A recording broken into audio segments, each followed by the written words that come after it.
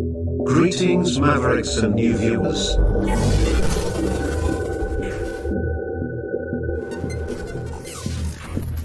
Tonight, direct and live from the Maverick News Network World Studios. This is Maverick News with Rick Walker.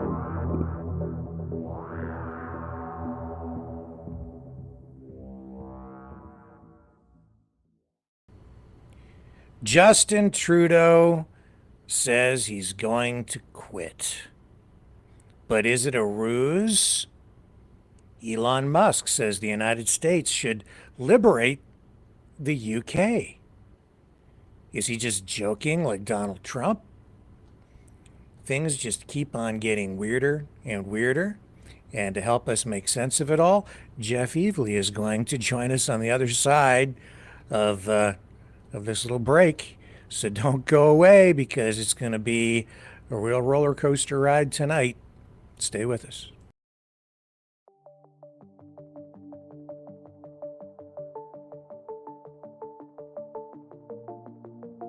Greetings, brave Mavericks. Our quest for truth continues. We go beyond fake news. Together we expose propaganda. Together we pull others out of rabbit holes. We are maverick thinkers.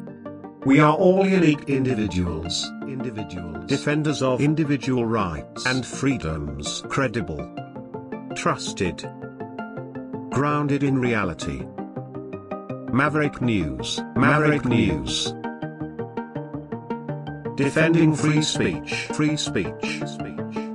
Donate at freedomreporters.com. Do it now. Tomorrow may be too late. Maverick News. The world is watching.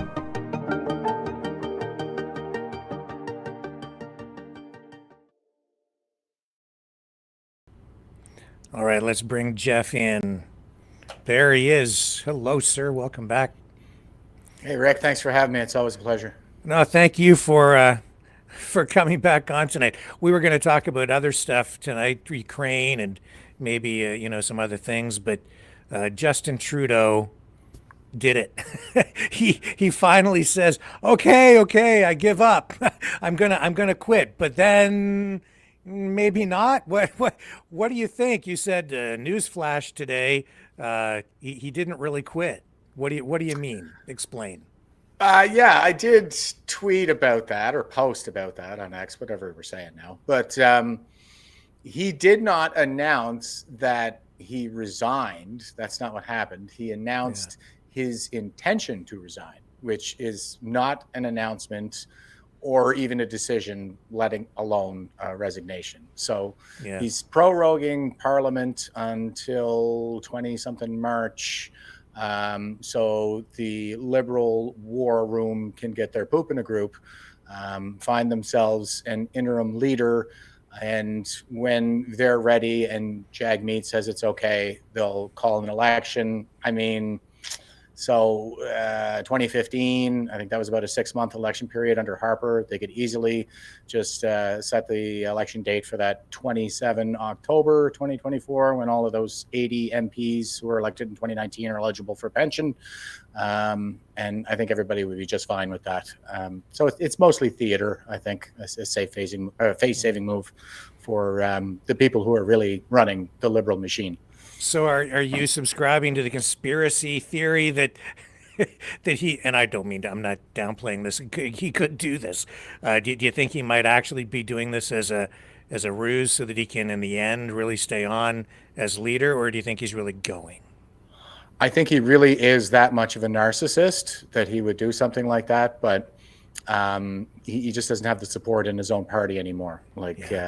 They really got to take old Yeller out behind the woodshed at this point, and I think everybody realizes it, especially in light of the trolling coming from Donald Trump and the 25% tariffs. Like, this is an absolute disaster for Canada, and it's all because of Trudeau. Well, not really all because of Trudeau, but that he's a very willing scapegoat, I think, for the entire political establishment. Yeah. Your audio is sort of okay, but I think that you might actually be on your camera mic instead of your microphone. I'm going to run this clip of Trudeau. This is what of him saying what he's saying today. This is when he said, "I'm actually going to do it. I'm leaving. I mean it this time." And you can check your mic while we do that, I guess. Okay. I mean, any better now? It is actually, I think, a bit better. Yes. So I thought it might be fun for us to do this again. Oh, jeez. Bon matin. What? Every morning I've woken up as Prime Minister. I've been inspired by the resilience, the generosity, and the determination of Canadians. It is the driving force of every single day I have the privilege of serving in this office. That is why, since 2015, I've fought for this country, for you, to strengthen and grow the middle class. Why we rallied to support each other through the pandemic, to advance reconciliation, to defend free trade on this continent, to stand strong with Ukraine and our democracy, and to fight climate change and get our economy ready for the future. We are at a critical moment in the world. Mes chers Canadiens, à chaque matin, He says, je me suis réveillé I en thought it tant would que be fun to do this. Premier This is where he was doing all the news conferences, meeting the scrums with the media during the pandemic. Like, this is not fun. This just brings back bad memories all the way around. It was fun for him and the lockdown class because he got to be the coward at the cottage. And he had a great time all pandemic long. Oh my God! Let's just force. Here we go. Always told me to fight because I care deeply about Canadians. I care deeply about this country, and I will always be motivated by what is in the best interest of Canadians. And the fact is, despite best efforts to work through it, Parliament has been paralyzed for months after what has been the longest session of a minority parliament in Canadian history. That's why this morning I advised the Governor-General that we need a new session of Parliament. She has granted this request, and the House will now be prorogued until March 24th. Over the holidays, I've also had a chance to reflect and have had long talks with my family about our future. Throughout the course of my career, any success I have personally achieved has been because of their support and with their encouragement. So last night over dinner, I told my kids about the decision that I'm sharing with you today. I intend to resign as party leader, as Prime Minister, after the party selects its next leader through a robust, nationwide, competitive process. Last night, I asked the President of the Liberal Party to begin that process. This country deserves a real choice in the next election, and it has become clear to me that if I'm having to fight internal battles, I cannot be the best option in that election. Mes chers amis, comme vous savez, je suis un fighter. Dans mon fort intérieur, je me suis toujours battu parce que je me soucie profondément des Canadiens. Let's get back to English. Hier soir, j'ai demandé au président, Combattant, au Premier ministre et chef du into that next election. I'm excited to see the process unfold in the months ahead. We were elected for the third time in 2021 to strengthen the economy post-pandemic and advance Canada's interests in a complicated world. And that is exactly the job that I and we will continue to do for Canadians. Merci beaucoup, mes amis. Thank you, Prime Minister. We'll now go to questions, starting with Laurence Martin, Radio-Canada. All right, which I don't think we need to stick with the whole thing. He didn't need to stay as leader. No. He could step aside. They could select right away an interim leader as they go through the leadership process. I think their own constitution says that selecting a new leadership or a new leader would take 90 days. It's a 90-day minimum under their party constitution. Yeah. But he's still like hanging on. Why? Is it just his ego? Or do you think there's some strategy to it politically? I think he's been caught between the Chinese Communist Party and the people of Canada for quite a while now, and more people are waking up to that, obviously, as time goes on. So there's probably some involvement. I think there's probably some. The guys really pulling the strings here are the Chinese Communist Party at the end of the day, and it's hard to tell, where they end and the Liberal Party of Canada begins nowadays, but. There's an obvious need to rededicate the optics on this one, so he can kind of go out, I guess, as the noble leader stewarding us through a global crisis. But what I find so absolutely irritating about everything that he says, or everything he just said, was like he just gave this laundry list of accomplishments, and it's everything that he's done to destroy Canada. Like he's talking about, the pandemic response, the battle on climate change, Indigenous rights, all of those things he was absolutely destructive with. He uses those initiatives to weaken us from within. Even on the Indigenous rights issue, like he still hasn't provided clean water to anybody, and he used this fake story about a mass grave at Kamloops to really divide Canadians along racial lines, and even, I would say, to radicalize Indigenous communities. That has been an initiative of global communists ever since the end of the Second World War. I think I mentioned on this program before that the decolonization narrative was originally the Soviets.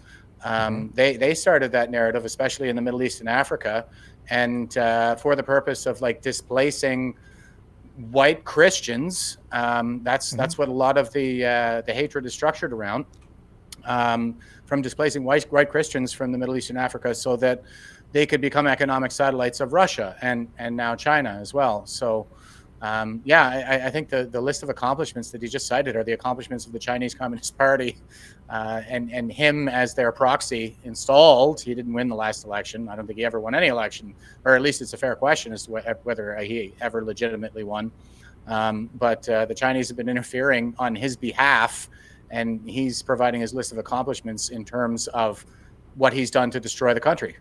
And I know you don't say any of that lightly or without evidence, because I'm sure you're referring to the CSIS investigations and CSIS RCMP statements indicating that we actually do have members of parliament sitting in government right now who they know have been influenced and corrupted by Chinese and or other foreign governments. And those are just parliamentarians too. And is it 15 or is it 50? Because the number has gone up a couple of times already. And Sam Cooper has published a few articles saying that that's just the number that NSICOP is going with in terms of what they can confirm. The real number is probably closer to 50, just for the parliamentarians. But Michelle Juno Katsoya was a CSIS intelligence officer that's been working on this file since the 90s. And in the 90s, we had Operation Dragon Lord, led by the U.S.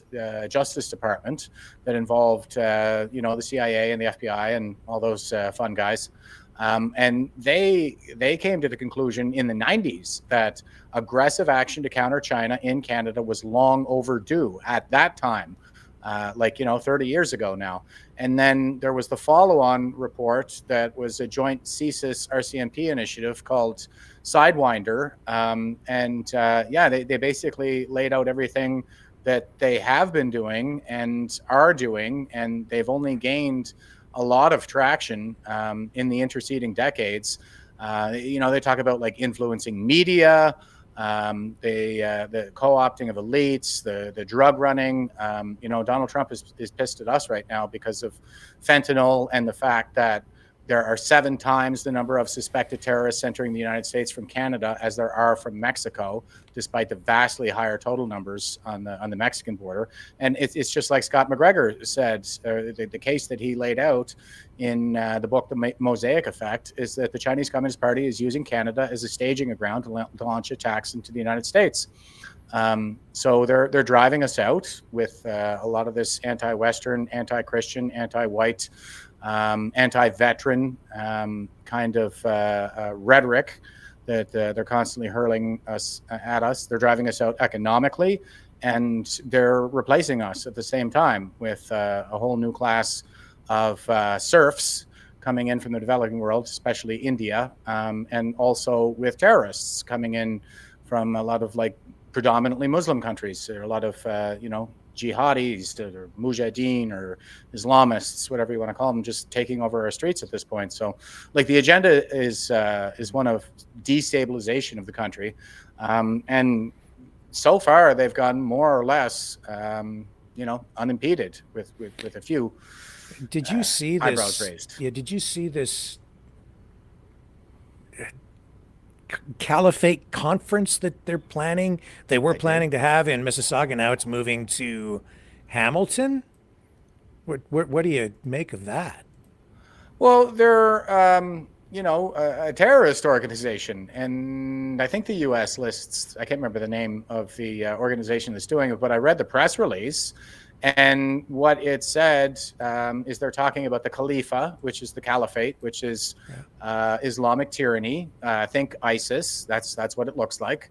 And unbelievers are either subjugated, pay additional taxes, or they're killed, or they're converted, or enslaved. The Ottoman Empire, especially the Barbary pirates of North Africa, probably took more white slaves than they did black. A lot of them, they like blondes and these kinds of things. And we see this happening in Britain with the rape gangs. There is this belief that is pervasive in the Ummah, I think, that unbelievers are fair games, like young girls and stuff like this. So they're advocating, they're openly, brazenly advocating for a return to this kind of oppressive tyranny, and they're doing it here in Canada. And what they're discussing are obstacles to the establishment of the caliphate, and the obstacles that they list, just going from memory, were things like nationalists.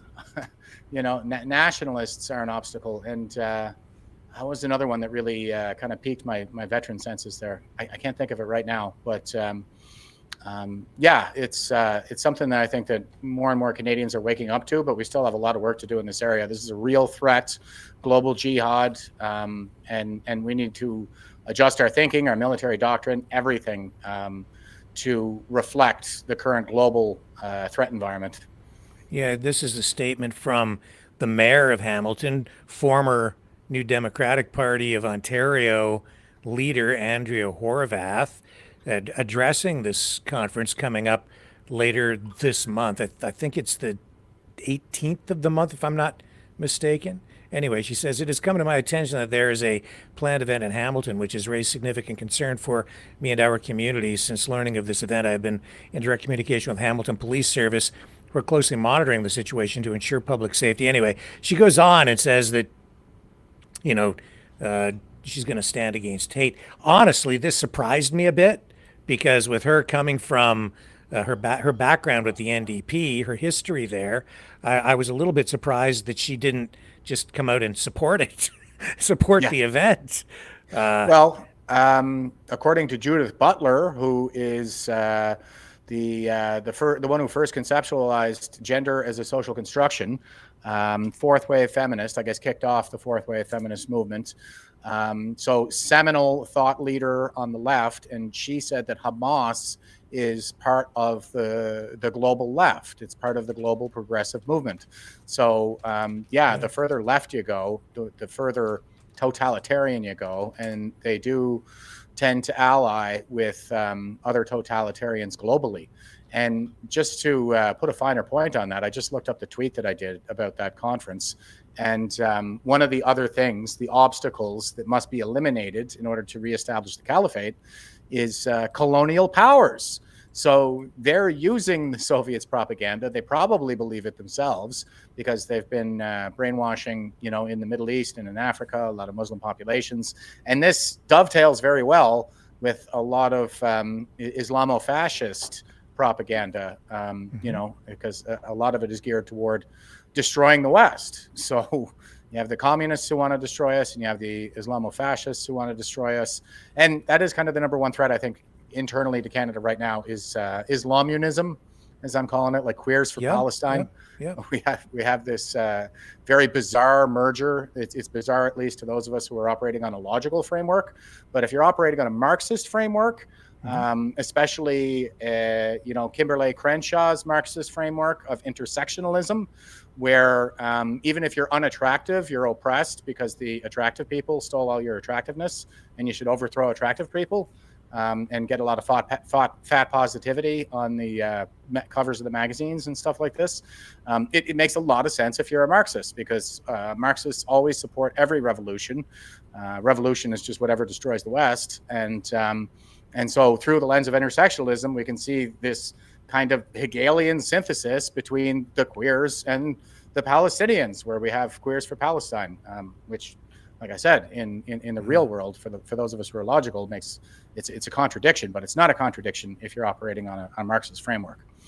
Yeah, and actually, this was kind of going to come up in this other conversation I was going to have with you about Ukraine, because I would suggest that a lot of this is actually coming from this convergence or alliance between Russia, Iran, China. So they're, I think, all kind of working together. But here's the clip from one of the main organizers of this conference coming up. I wasn't going to run this because I'm worried about, a particular social media platform that may not like it, but I'm going to run it here tonight so that we can listen to this. And I didn't expect that this conversation would so quickly get off onto a side road talking about this subject matter. But I guess when we're talking about Justin Trudeau, it really shouldn't surprise me at all. After Bismillah, this is a call to the armies of the Muslim lands. We know with almost 100% certainty that within the ranks of the armies right now, throughout the Muslim lands, there is unseen frustration and struggle to maintain order within the ranks, unlike anything that we've ever seen before. You within the ranks of the armies in the Muslim lands know how much this is happening. We all know how much you're struggling with the fact that you're sitting there, unable to move forward and liberate the Muslims of Palestine. We know how angry you are at the fact that the governments of the Muslim lands are holding you back and disallowing you from protecting your Muslim brothers. You know as well as we do the ayah in the Quran where Allah Azza wa Jalla says, وَإِنِ اسْتَنْصَرُوكُمْ فِي الدِّينِ فَعَلَيْكُمُ النَّصْرُ. If they call out for you for help, for military assistance, then you must go give them military assistance. This is your chance to become the Ansar of this age. This is your chance to gain the honor and the dignity of being the liberators of the land of Al-Aqsa and to defend the blood of your Muslims. This is the struggle that will change all other struggles, that will define all other struggles. I call upon all the Muslims in the armies in the Muslim lands to break free of the shackles that are holding you back from assisting your Muslim brothers and sisters and coming to the call of your Lord Allah subhanahu wa ta'ala. This is the time to break away from the ranks. This is the time to rebel against your leaders. This is the time to overthrow your government. This is the time to bring about change, the change that everyone is dying for. When the Muslims are calling out free Palestine in the streets, they're not talking to the West. The West is not going to free Palestine. Egypt is not going to free Palestine. Jordan is not going to free Palestine. Erdogan is not going to free Palestine. Mohammed bin Salman is not going to free Palestine. None of these traitors, these sellouts who have sat there watching their Muslim brothers and sisters and the children die in the thousands and they're doing absolutely nothing about it. None of them are going to come and free Palestine. But you will. The Muslim Ummah will. The people who are going to free and liberate Palestine will be the sincere Muslims of this Ummah, and they will be given the honor in the dunya and in the akhirah for playing a role in this. You have an opportunity of a lifetime. It is time that we understand that the people of Palestine have no one else other than you, the military of the Muslims. Allah Azza wa Jal is not going to bring a miracle out of the sky to liberate Palestine. Allah Azza wa Jal is teaching us that we have to do it ourselves, and nobody's going to come and help Palestine. Nobody except for you. And I call on all Muslims who have watched this video to make a video just like it. It doesn't matter if you're not articulate. It doesn't matter if you don't know what to say. It doesn't matter if you've never made a video before. Make a video saying the same thing. Let the armies of the Muslim lands know we all stand with the armies of the Ummah. We all stand with the people of Palestine. I call everybody to start a campaign to make videos where we call the armies of the Muslim lands to do something. This is what we must do. Going out into the streets and calling out to who are we even calling out to? We're not calling out to anybody. We're just calling out. So why don't we do something practical? Why don't we do something real? Make videos where we speak to the armies of the Muslim lands, because who are the members of these armies? The members of these armies are our brothers and our uncles and our fathers and our family. These are Muslims who are from us, of us. Once these armies break free of these shackles, then change will happen. Only through this will change happen. We must unite the armies of the Muslim lands under a single Khalifa that will implement Islam and earn the pleasure of Allah Azza wa Jal, and the victory of Allah Azza wa Jal will come through this. If we seek it through any other way, through nationalistic solutions or UN resolutions or international law, or begging the West for scraps of mercy, or begging the Arab tyrants and enemies of Allah for scraps of mercy, which they will never give us, then we're simply waiting for nothing. Only through the Khilafah will Allah Azza wa Jal save us. Make the video now. And again, to the armies of the Muslim lands, be the Ansar of this age. I really don't like the sound of that. It's ominous. I don't know that guy. I'm not familiar with him personally. I did repost that video myself. And I'm glad that he went to the trouble of quoting scripture. I think that's important for people to hear. I've been saying this like since 2010, on social media, somewhere around there. But there's, the doctrine of Islam is quite problematic. It's openly hostile to other faiths. And jihad is, the violent calling of every Muslim man to, wage war in the name of Islam, and in the struggle, the global struggle to bring the world under God's law, the Sharia. And it's a spiritual experience for them. It's part of their scripture. It's like the whole raison d'etre of the religion. And that's not to say, I don't want to paint with too broad of a brush. Like the polling data, first of all, is not encouraging. Like 99% support for Sharia in Iraq, probably 96% or something in Indonesia, the world's most populous Muslim country. So the polling data is not terribly encouraging, but at the same time, like he said, a lot of the state leaders are starting to say, like, enough is enough already. And we are making inroads. And I think that Israel deserves an enormous amount of credit for that, even though a lot of people are dragging them right now over what they're calling a genocide. But it's clearly the worst genocide ever, because the population of Gaza has actually gone up. And if you want to know a little bit more about what's really happening, like as far as I'm concerned, all this stuff about genocide and war crimes probably should have been put to bed after the Al-Shifa hospital hoax, where they came out, said it was leveled, and it turned out to be like a bottle rocket going off in the parking lot. It was a misfire from the Hamas side, an actual rocket, which they're constantly firing into Israel. And they do use human shields. Like I've seen the pictures from years ago of them crouched down behind children, aiming a rifle over their shoulder.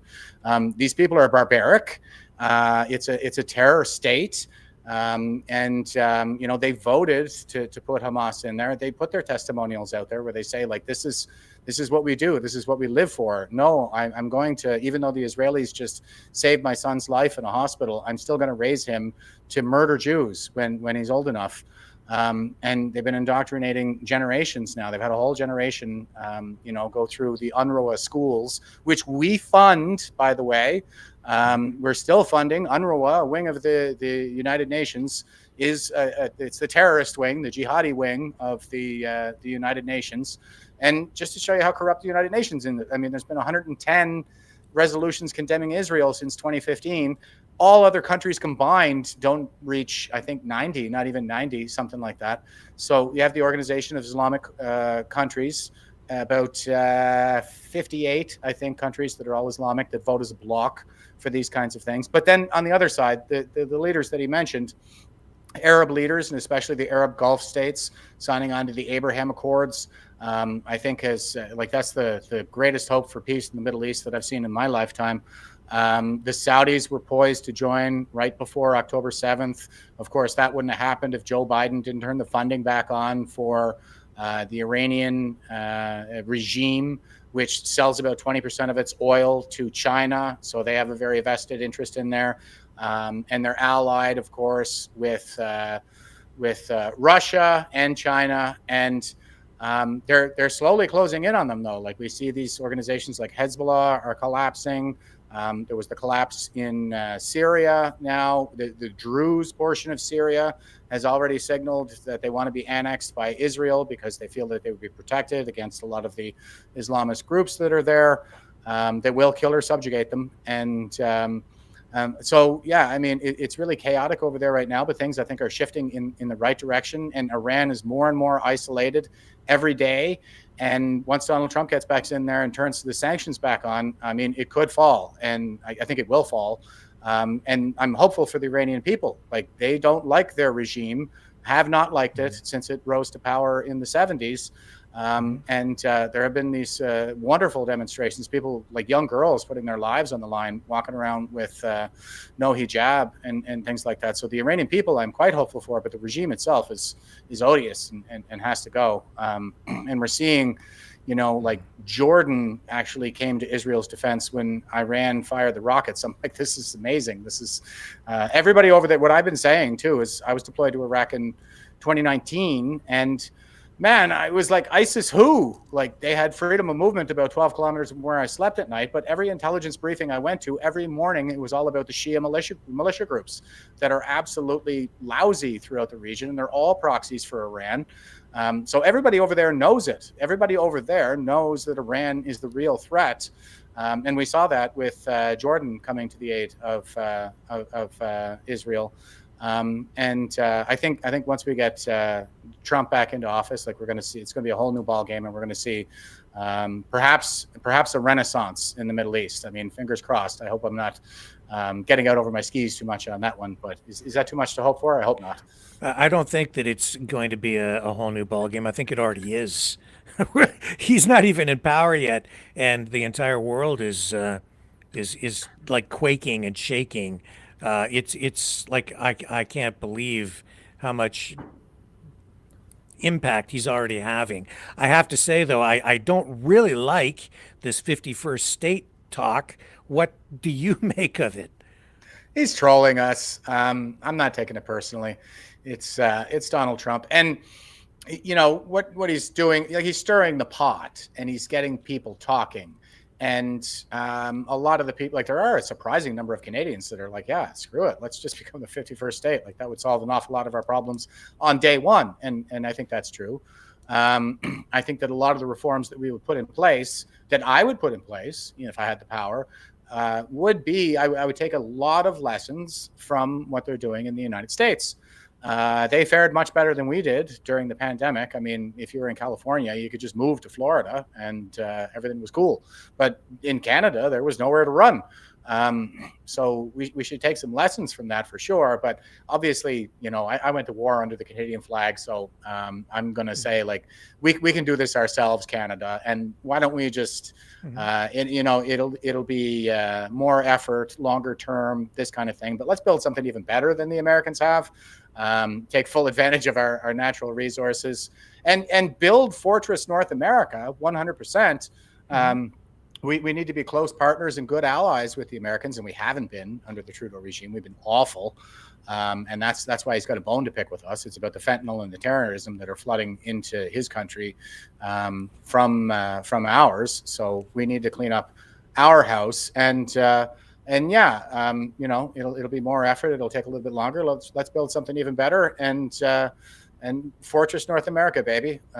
We'll go Canada first. They'll go America first.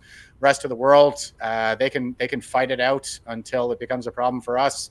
and make ourselves as prickly as possible, because we got the Northwest Passage is opening up. The Russians and the Chinese have eyes on that. I think that's why Trump is making a play for Greenland right now.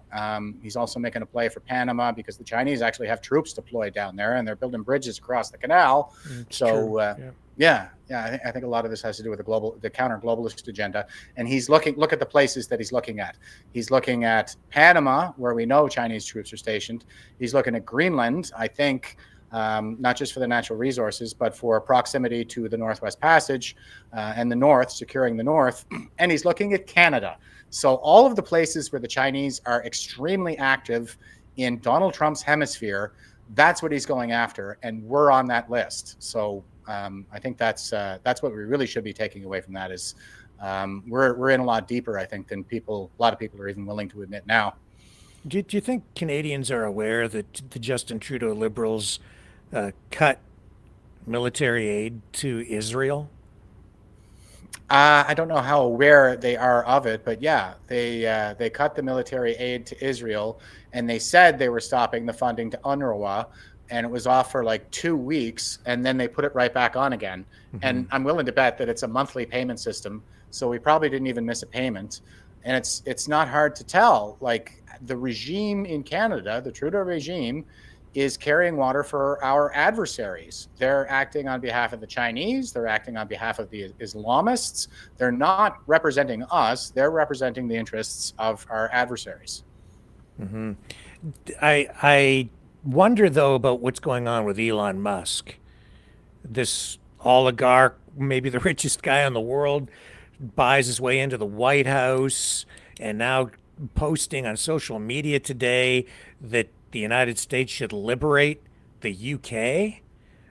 That's sending shockwaves into Europe. What the hell's going on, Jeff? What is this? I think these guys are stepping into the culture war. That's really what it is. It's like you said, it's sending shockwaves. I think it's for the purpose of stirring the pot. There's no way that the U.S. would invade. Not even at the far gone stage that it is right now. It's about pressure. So, Keir Starmer has been an absolute disaster, and his people absolutely hate him. He's been jailing people for 20 months over social media posts and jazz hands at protests for ideological crimes. And, they're jailing all the people that are actually indigenous to England, by the way, which is like English people.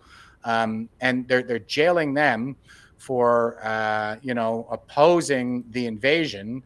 And the invaders are still taking over the streets with prayers. They're still doing their pro-Palestine marches. The stuff that's coming out about these rape gangs and how much cover-up there really has been. Of course, I mean, I've been following this since probably 2009. But the stuff that I've known for years, people are actually starting to go, you mean to tell me the cops showed up at one of these grooming gang houses and arrested the little girl for being drunk and disorderly? Like, where did she get the alcohol? And, what the hell was she doing there? So political correctness run amok isn't even the word.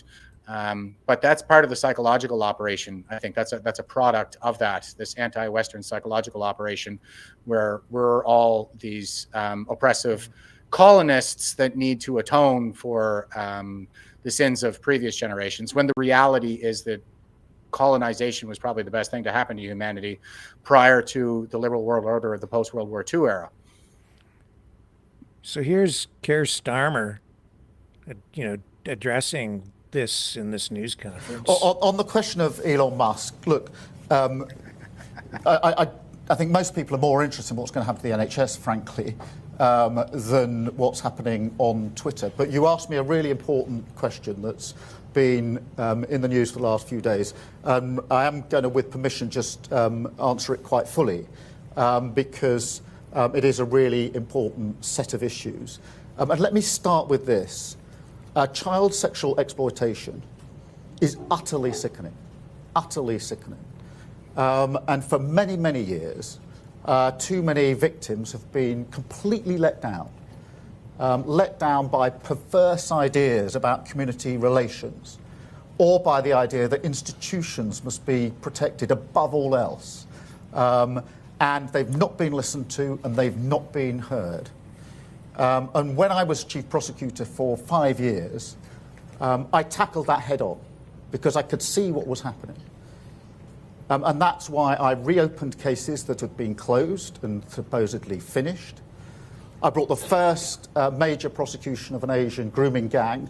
In the particular case, it was in Rochdale, but it was the first of its kind. There were many that then followed that format. I changed the whole prosecution approach because I wanted to challenge and did challenge the myths and stereotypes that were stopping those victims being heard. So we changed the entire approach, not without criticism at the time, I might add. And when I left office, we had the highest number of child sexual abuse cases being prosecuted on record. Now, that record is not secret. As a public servant, it's there for all of you or everybody to see. I also called for mandatory reporting of child sexual abuse. I called for that a decade ago. The Tories did nothing about that for those 10 long years, including when the J report came out nearly 3 years ago now. Central plank, mandatory reporting, still hasn't been done. We're going to do it. But let's just to bring it in closer, and I will answer you on Jess Phillips in particular, because those that are spreading lies and misinformation as far and as wide as possible, they're not interested in victims. They're interested in themselves. Those who are cheerleading Tommy Robinson, not interested in justice. They're supporting a man who went to prison for nearly collapsing a grooming case, a gang grooming case. These are people who are trying to get some kind of vicarious thrill from street violence that people like Tommy Robinson promote. And those attacking Jess Phillips, who I'm proud to call a colleague and a friend, not protecting victims. Jess Phillips has done 1,000 times more than they've even dreamt about when it comes to protecting victims of sexual abuse throughout her entire career. And so just as I took on the criminal justice system and the institutions when I was chief prosecutor, I'm prepared to call out this for what it is. We've seen this playbook many times, whipping up of intimidation and threats of violence, hoping that the media will amplify it. Now, Jess Phillips does not need me or anybody else to speak on her behalf. But when the poison of the far right leads to serious threats to Jess Phillips and others, then in my book, a line has been crossed. I enjoy the cut and thrust of politics, the robust debate that we must have, but that's got to be based on facts and truth, not on lies, not on those who are so desperate for attention that they're prepared to debase themselves and their country. So this government will get on with the job of protecting victims, including child sexual abuse, mandatory reporting, accelerating the processes. But what I won't tolerate is this discussion and debate based on lies without calling it out. What I won't tolerate is politicians jumping on the bandwagon simply to get attention when those politicians sat in government for 14 long years, tweeting, talking, but not doing anything about it. Now so desperate for attention that they're amplifying what the far right is saying. So that's what I say about Jess Phillips. So let me wrap my head around this. A lot to unpack. You've got a Labour Prime Minister criticizing the former Tory government for doing nothing, which kind of true, about these grooming gangs. Elon Musk going really, really hard, especially over the past week with all these posts about it, to back up Tommy Robinson, who has been the most vocal, most public figure on this fighting this problem in the UK, arrested. Now, though, seeing media attacking him, including Piers Morgan, who is today, I've seen online, talking about Robinson's background with fraud and real estate fraud and stuff. So kind of discrediting him. And now the Labor Prime Minister, freshly elected, standing up saying other politicians shouldn't be exploiting this issue for personal political gain. Well, he stands up there and calls out the grooming gangs, but then in the same breath also tries to sort of attack those people like Musk who are posting about the problem in a really major way to draw attention to it, because he's saying it's generating, I guess, what is disruption or hate in the streets, and they're arresting people for posting about it while saying they're going to do something about it. So it's very, very disorienting, I think, for the public. Am I on track with this? Yeah, I mean, I think that's the intent. It was all spin and no substance, and the intent is for it to be disorienting. And Keir Starmer is the guy who's had his fingerprints on this, like going way back. Like he said, he was the chief prosecutor who was supposed to go after these guys. But the Justice Department has decided to take a politically correct view on things, and the media, who the hell are they to be chiming in on this? Because they're the ones who helped cover it up too. They even reported this when it finally did break. That was the Rotherham gang, 1,400 victims. And they reported it as Asian rape gangs, even though they knew damn well that they were Pakistani Muslims, which technically is in Southwest Asia. But we were all told that we're supposed to say Asian instead of Oriental because it's impolite to say Oriental. It's not politically correct. So as we can see, I mean, like, these authoritarians have been using our desire to be polite and treat people properly. All that is good in us, they are exploiting against us in order to cover up these crimes. And Keir Starmer is now in a position to address the root cause, which is the mass immigration, weaponized migration, in the words of the Chinese strategy of unrestricted warfare, which is what I believe is happening all over the West. But yeah, I mean, like, he's in a position to stop this, and he's not. They did, immigration was a key issue that led to Brexit. And then they tried to do like a redo for Brexit. They didn't advance, like they got away from the euro, but they didn't advance anything about the secure borders agenda that really was a driving force behind Brexit. So everybody got sick of them, and they brought Labour back in. And of course, they were in charge when a lot of these problems started. And I heard Keir Starmer say something about, people deserve answers as to why this experiment has been run on them with the mass immigration. But now he's going right back to what he knows, which is smearing political dissidents, smearing and imprisoning political dissidents, people who are just screaming and yelling at this point because things have reached a boiling point, to not have their daughters raped. And, what do you think that looks like? Of course, people are absolutely outraged, justifiably so, as well they should be. But it's right out of Saul Alinsky's Rules for Radicals, what this guy is putting forward. It's not... what really matters is the right's reaction. Their reaction is the real action. So it doesn't matter what led to the reaction. It doesn't matter how badly they abuse us.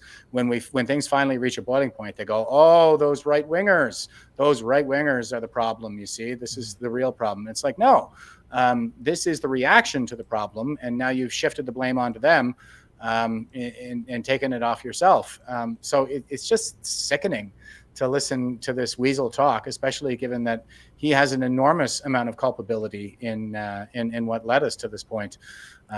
He's a big part of the problem, and I was pretty interested in what he said there about the institutions must prevail, or there's this view that we got to protect the institutions. That because I talk about the fourth turning, the crisis era that we enter into every 4 generations. So now, World War II, American Civil War, American Revolution, Salem witch trials, War of the Roses, Napoleonic Wars, and so on. Every 4 generations, the globe goes into this crisis, And it's because there are only 4 generational archetypes, and the one generation that's born in the wake of the major crisis is the one that always drives us back into a major crisis when they're at peak institutional power, demographically, at the peaks of their careers just prior to retirement, and that is the boomer generation.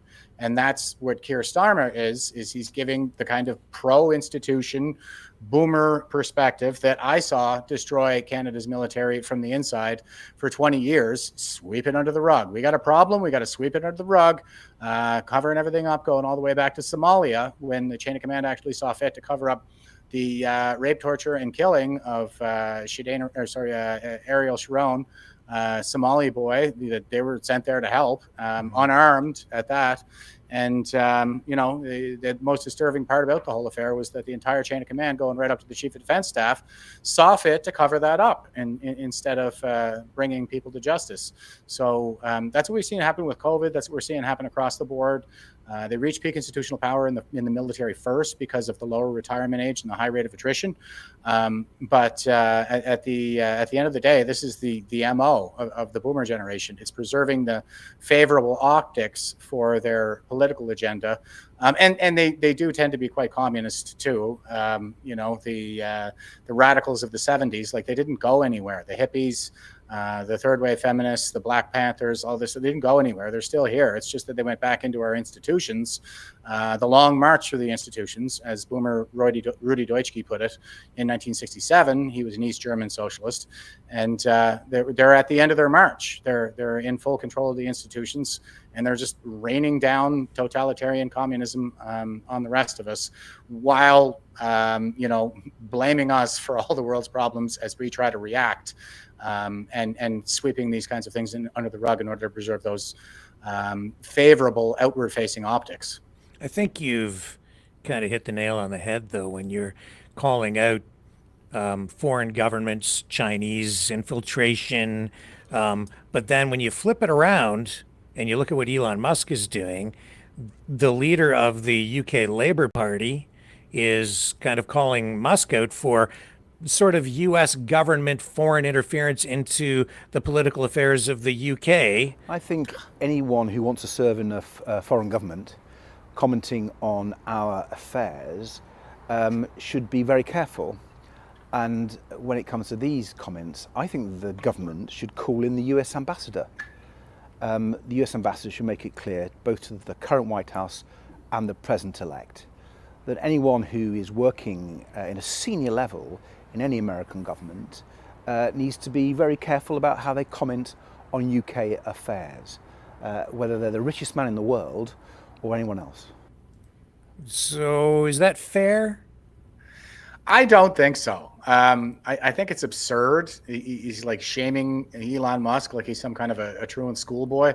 And he's not part of the U.S. government right now. And you know what? Even if he was part of the U.S. government, he could still comment on what's going on. Department of Government Efficiency. That's right, Doge. I love it. But I mean, there's nothing stopping, senators or anybody in U.S. government from commenting on what's going on in another country. And that's all he did, was express an opinion. And they're calling that interference. You can see just how he did call for the U.S. government to liberate the UK. Yeah, but it's trolling. Come on. He can say that. There's nothing stopping him from saying that. Nothing stopping him, but is it appropriate for someone who's literally joined at the hip now to Donald Trump, the incoming president of the United States, richest guy in the world, who's literally bought influence into the White House with $270+ million, going to profit from that, no doubt. Then he's put in charge of this guy who relies on defense contracts, government subsidies, grants, to the tune of billions and billions of dollars. They put that guy in charge of the Department of Government Efficiency to make sure that all the companies that apply for government grants behave properly. Isn't that kind of like the fox guarding the henhouse? Anyway. Yeah, I can see that he's certainly in a position where there's a lot of risk for corruption. No shit. No shit. Yeah. I mean, definitely. So, but I think we have to give him a chance and see what he does with it. There are plenty of ways to recuse himself from like decision-making positions so that he avoids conflicts of interest, and that is a legal requirement. So he's going to have to divest himself of a lot of the, pretty much everything if he wants to do this. I'm not exactly tickled pink with what he's saying about, new Twitter now, where you got to be positive or something like this. It's like, are you kidding me? We're waging war out here. And he's not exactly like putting a positive spin on anything. He's just calling it like it is. Right. Jeff, I've noted, and I've, this is maybe off to into the weeds a little bit, but I get the impression, this is anecdotal, and maybe it's just because of the way the algorithm is feeding me, but I'm seeing bias in the way and the weight of the material that's being fed to me. I'm noticing it, right? It has bias built into it. Even when you use their artificial intelligence system, Grok, I'm finding bias built into that myself. That's what it seems to me, but it can only be anecdotal because I'm just a user at this point. I'm not conducting a scientific study, but there's that, and then these accusations that, I don't know if it's even really free speech, if it's even truly a free speech platform anymore. Now you've got conservative or right wing or Laura Loomer, influencers saying that they're being canceled on Twitter. This is the opposite of what Elon Musk said that he was going to do. So I don't know. I just throw that out there into the mix of the whole portion of the conversation we're in right now. I agree, but again, I actually give Elon like a lot of leeway. And part of this relates to a lot of my discussion around the fourth turning and Strauss-Howe generational theory that forecasted that we would enter into a civilization-threatening crisis in the year 2020, plus or minus 2 years, all the way back in 1991.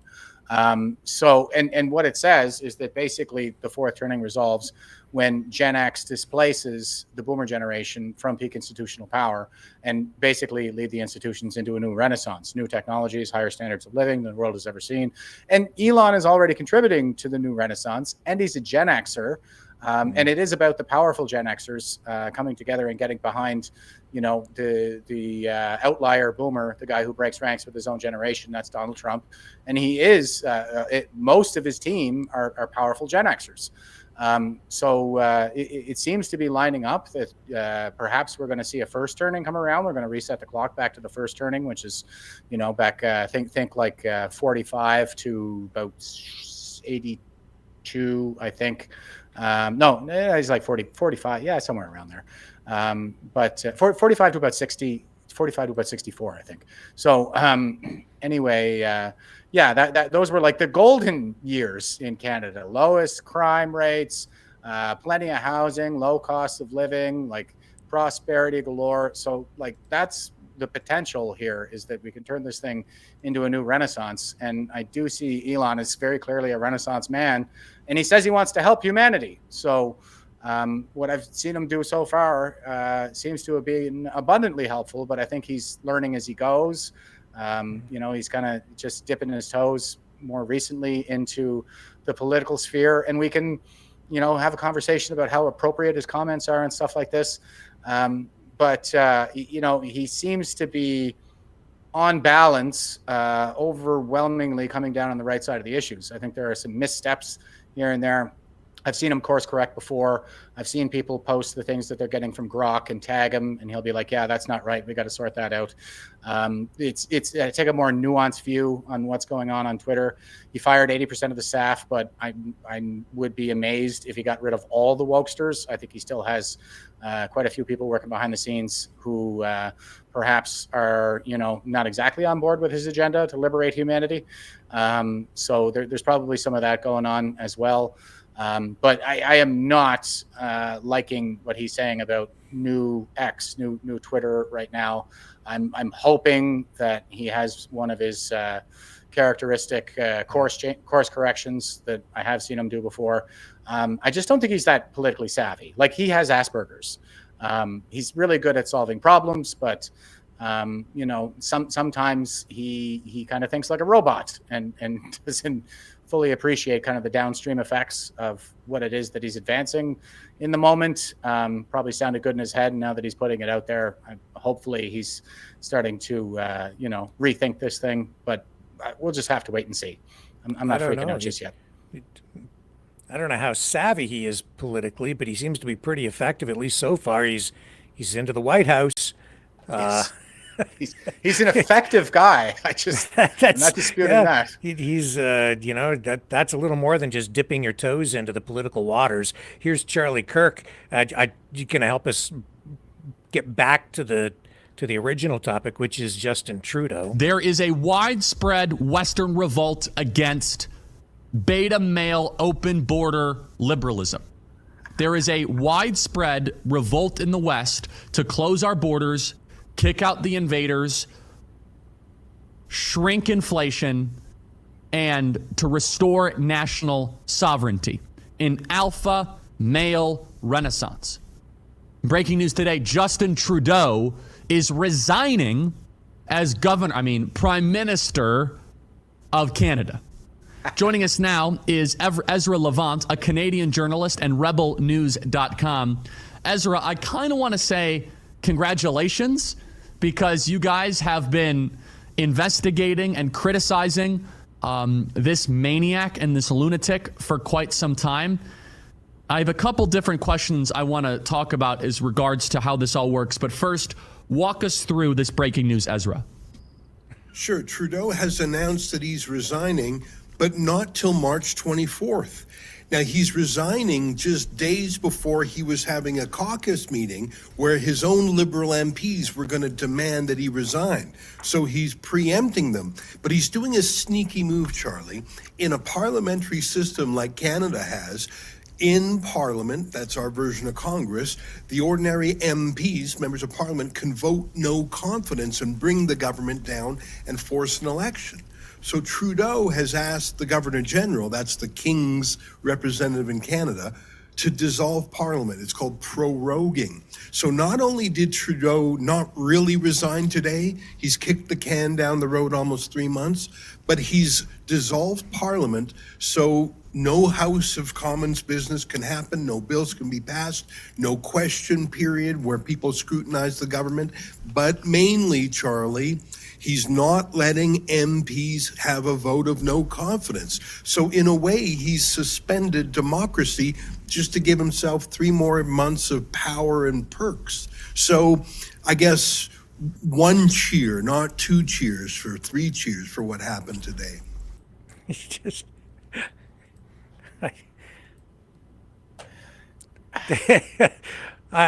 Go ahead. Pretty apt. Yeah, pretty apt analysis, I think. Thanks, Ezra, for that.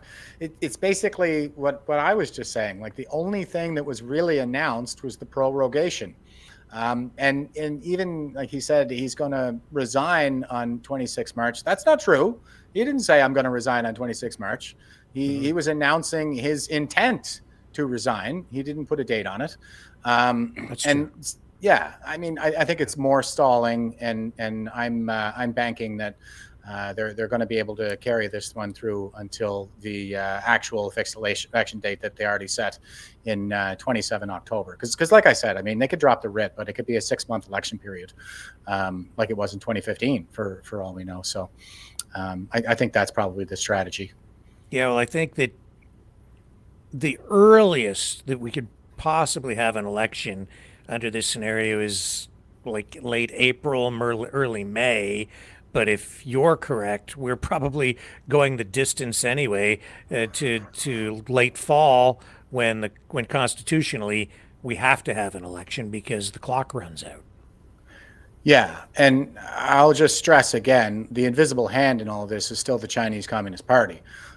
So I expect fully that, it's just like the Chinese consulate said, they will continue to pray a wrong and pray a wrong until the very end. So yeah, I mean, they're still playing Game of Thrones with our lives here in Canada. Jagmeet Singh, he's talking about confident votes like he always does, but I don't have any confidence in him to call it a confidence vote. And the dirty little secret around Parliament Hill is that the NDP is flat broke. They're not getting any donations. Their support base is completely collapsed. So they can't campaign. They just don't have the funds. They can't go into an election. So whether Jagmeet thinks he can stall long enough to re-garner support, maybe he's just that delusional, or maybe he recognizes that, like, this house is on fire and it's a house of cards that's coming down all around him. He might as well milk it as much as he can on the way out. Okay, let's take a little break. When we come back, we'll talk about how parties are situated, how well prepared they are heading into this election year. One way or another, we're going to the polls, and you can tell us about your involvement with the PPC and your candidacy. How does that sound? Sounds great. All right, we'll be right back.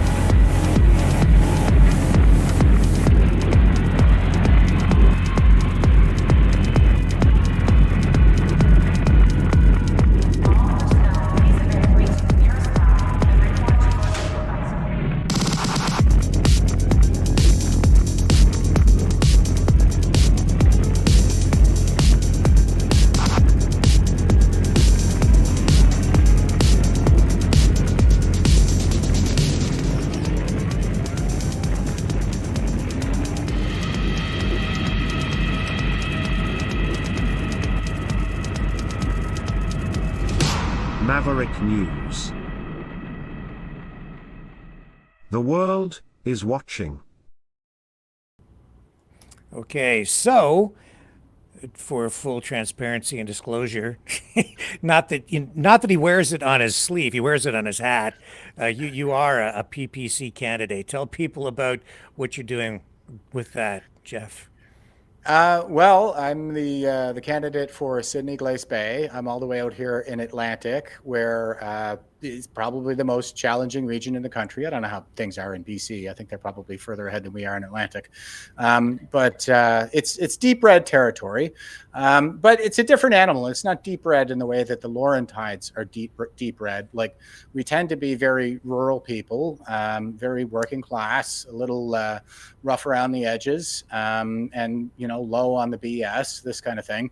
I think it was Jaime Batiste, who is the MP for, Sydney Victoria is how he got elected, but they just redistricted that to Cape Breton, Antigonish. And, he was calling us EI folk, I think. So a lot of seasonal workers that vote for kind of liberal policies and this kind of thing. I definitely have my work cut out for me out here. But I'm having those conversations. I've been outdoor knocking a few times now, and it seems to be very well received at the door.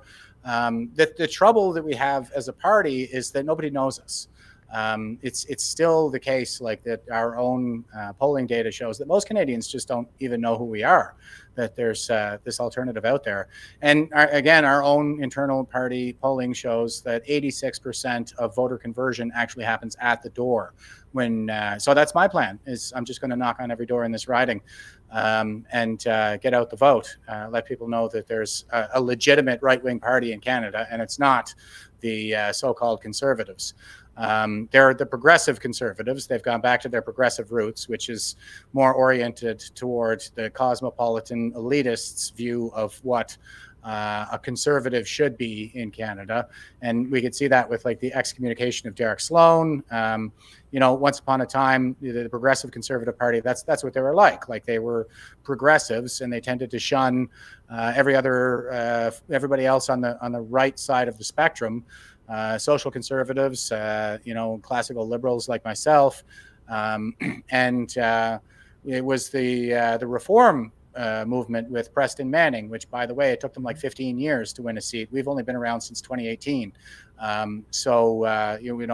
We understand. I understand that it's not just about the next election. It's a movement, and it's long term. In terms of moving the Overton window, changing the culture over time. The politics is downstream from the culture, and that's all about having these conversations. Yeah, I mean, that's what I've been doing, plus a lot of paperwork to kind of get things going with the finances and stuff like that for campaign purposes. I got all my signatures ready to go. So as soon as they drop the writ, it's like bam, here you go, Elections Canada. We're all squared away. I'm really looking forward, I think, to just talking to people, to having a lot of these difficult conversations that are pretty uncomfortable to have, especially about the threat environment that we're facing right now. Because people don't want to be racist, and I certainly have no ambitions of becoming a racist. But this is the kind of self-censorship that people have been conditioned for years and years and years. I can't talk about Muslim rape gangs because it's Islamophobic, and I can't talk about global jihad and these guys holding conferences for the reestablishment of the caliphate because it's Islamophobic. And Christopher Hitchens was attributed with the quote of Islamophobia is a term that was coined by fascists and used by cowards to manipulate morons. So the fascists are the Organization of Islamic Countries that I mentioned previously at the UN, who got a resolution passed in 2009 that was coined the blasphemy resolution at the time. And what they did is they lumped in defamation of religion with a bunch of other groups, like, people, ethnicities, religious adherents, and defamation of religion. So basically condemning criticism of Islam is its purpose. And we saw that same kind of agenda being imported by Muslim Brotherhood affiliated Iqra Khalid with M101 here in Canada, condemning Islamophobia. And so they've been doing a lot to chill speech on these issues about threats to our people and our sovereignty, because they're working for our enemies. Everything they do is about making us more vulnerable and weaker as a country. But yeah, as far as PPC in Atlantic goes, we've had some good candidates out here previously. Michelle Lindsay immediately springs to mind. She did very well her first time out, and there's more awareness, I think, of the party out there now. Obviously, I think Conservatives are the ones to beat. In my riding, it's Anna Manley. She's a fresh face, so fresh, so face. It's like Kamala Harris. But she's also a feminist, and it's listed on her Twitter. And I'm like, okay, what kind of a right winger is also a Marxist? Because that's what feminism is. It's just Marxism, cultural Marxism applied to gender lines, where bourgeoisie is replaced by the patriarchy and the proletariat is replaced by women. This is also the same argument that the anti-Zionists make, by the way. And it really does come down to differences between the groups, primarily IQ, because the IQ distribution is different between males and females, where even though the average is the same, the female bell curve is shaped like a penis and the male bell curve is shaped like a breast. So it's not hard to tell what's on everybody's minds. But the thing is that females tend to congregate around the average IQ. There's a lot more of them on the average, and there's not as many average IQ'd males. They're more spread out, so there are more at the extremes. So we see more men working in STEM fields, because there are more of them in that 140 range, but we also see more men in the prison population because there are more of them at that 85 IQ range, which is about the average IQ of the prison population. So like everything is in life is trade-offs. And the thing about the reason why I say that the anti-Zionism is just repackaged third wave feminism for wannabe based chads is because the differences that we see, like the outcomes, the disparate outcomes between Jews and whites in terms of positions of power really does come down, I think, by and large, to IQ differences. Jews have the highest IQs of any ethnicity. It's like 15 points above whites, which is a full standard deviation. It's enormous. And so not only do they occupy a disproportionate number of positions of power, but they take home 28% of the Nobel Prizes. So it's analogous to third wave feminism. It's, you see more men in positions of power, just like you see more Jews in positions of power, but you also see more men in STEM fields, just like we see more Jews on the Nobel Prize list. It comes down to these IQ differences. So yeah, so anti-Zionism is just third wave feminism repackaged for wannabe-based Chads. I forget where I was going with this. But anyway, I can only say that my wife's assessment of my IQ seems to go up and down depending on whether I remember to take the garbage out. Well, we're still human at the end of the day, right, Rick? At the end of the day, I'm just a stupid man. That's what it comes down to. It's true. The PPC in my observation, and when it got its start in 2018, when the leader Maxime Bernier failed to win the leadership of the Conservative Party and then formed the PPC, it was promoted as the new home for conservatives in some way. But I think the party has evolved since then and has morphed into something that is more in line with what people would today call populism, or maybe it was that way all along and I just wasn't in tune with it. What's your assessment? I think it is. I think you're absolutely right. Like it's a right-wing populist party. It's a big tent, and Maxime talks about governing more like real conservatives, and we're the real conservatives. Those guys are progressives. They're not conservatives. I don't consider myself to be a conservative. I consider myself to be a classical liberal, and I think that my politics, my view, my philosophy is probably best articulated by Friedrich Hayek in The Constitution of Liberty. But I wouldn't, I'm not conservative. I'm a regular weed smoker. I'm, a single man. I was a single dad for 10 years and stuff like this. So I haven't had much of a traditional life. So you couldn't call me a social conservative by any stretch. And I align more with like the classical liberal, which is the real liberal. So we're kind of like the real conservatives and the real liberals all together over here saying like, we're legitimate right wingers. We're individualists. Those other guys are socialists. That's what progressive really means. It's just a euphemism to inspire an emotion in people that makes them think, oh, they just want things to keep getting better. No, they want things to get more socialist and further left. And the only thing these guys ever show any progress towards is tyranny and communism. So we're the only ones that are saying we want to go in the other direction. We want to go in the right direction, not just on the political spectrum, but for the country. Obviously, a more individualist approach to things. Everybody's judged by their own individual merit, and we don't have to talk about these otherwise meaningless, distinctions between groups. I don't like to talk about that, but the Marxists are pointing to every disparity of outcome between groups and attributing that to oppression by the most prosperous group against the least prosperous group. We can see it happening with the Middle East conflict, and the Jews are more prosperous, therefore the oppressors and the bad guys. But people are viewing these things through a Marxist lens because of the indoctrination has gotten this far. The protocols of the Elders of Zion, that's another one that the Russian secret police cooked that one up under the Tsarist Russia. And then, like I said, like the KGB, they've been engaged in a lot of the anti-colonial narrative and pushing the protocols of the Elders of Zion in the Middle East and Africa in particular. And it dovetails really well with a lot of the Islamist doctrine. So that's where we are. But yeah, to kind of land this plane, I guess it's about the ideas. For PPC, for me, and I think I can say this for pretty much anybody who's involved in PPC right now, it's like democracy. What we're always getting accused of is vote splitting. First of all, if you're a progressive, I don't want your vote. I don't want anything to do with you. Okay, you can vote for anybody in the Union Party. It doesn't matter which party. They're all the same. It's just a question of how fast we get to the tyranny. So You have your choice of parties, but it's not even about like for the people who will say these things about vote splitting.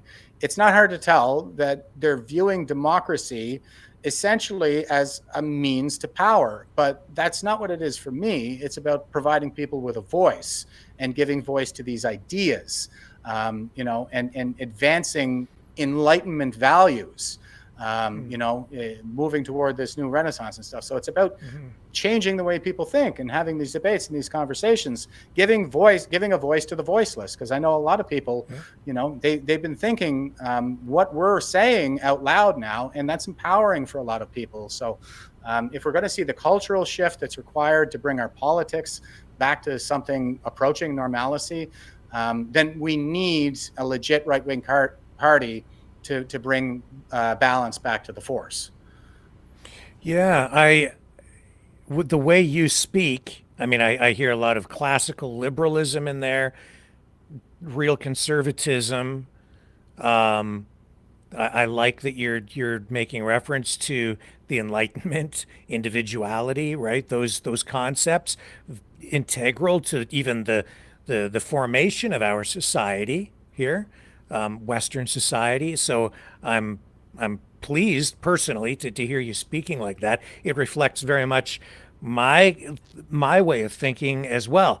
The PPC, like the populist movement, MAGA in the States, though, I think, you know, you kind of represent the early or the original portion of the PPC.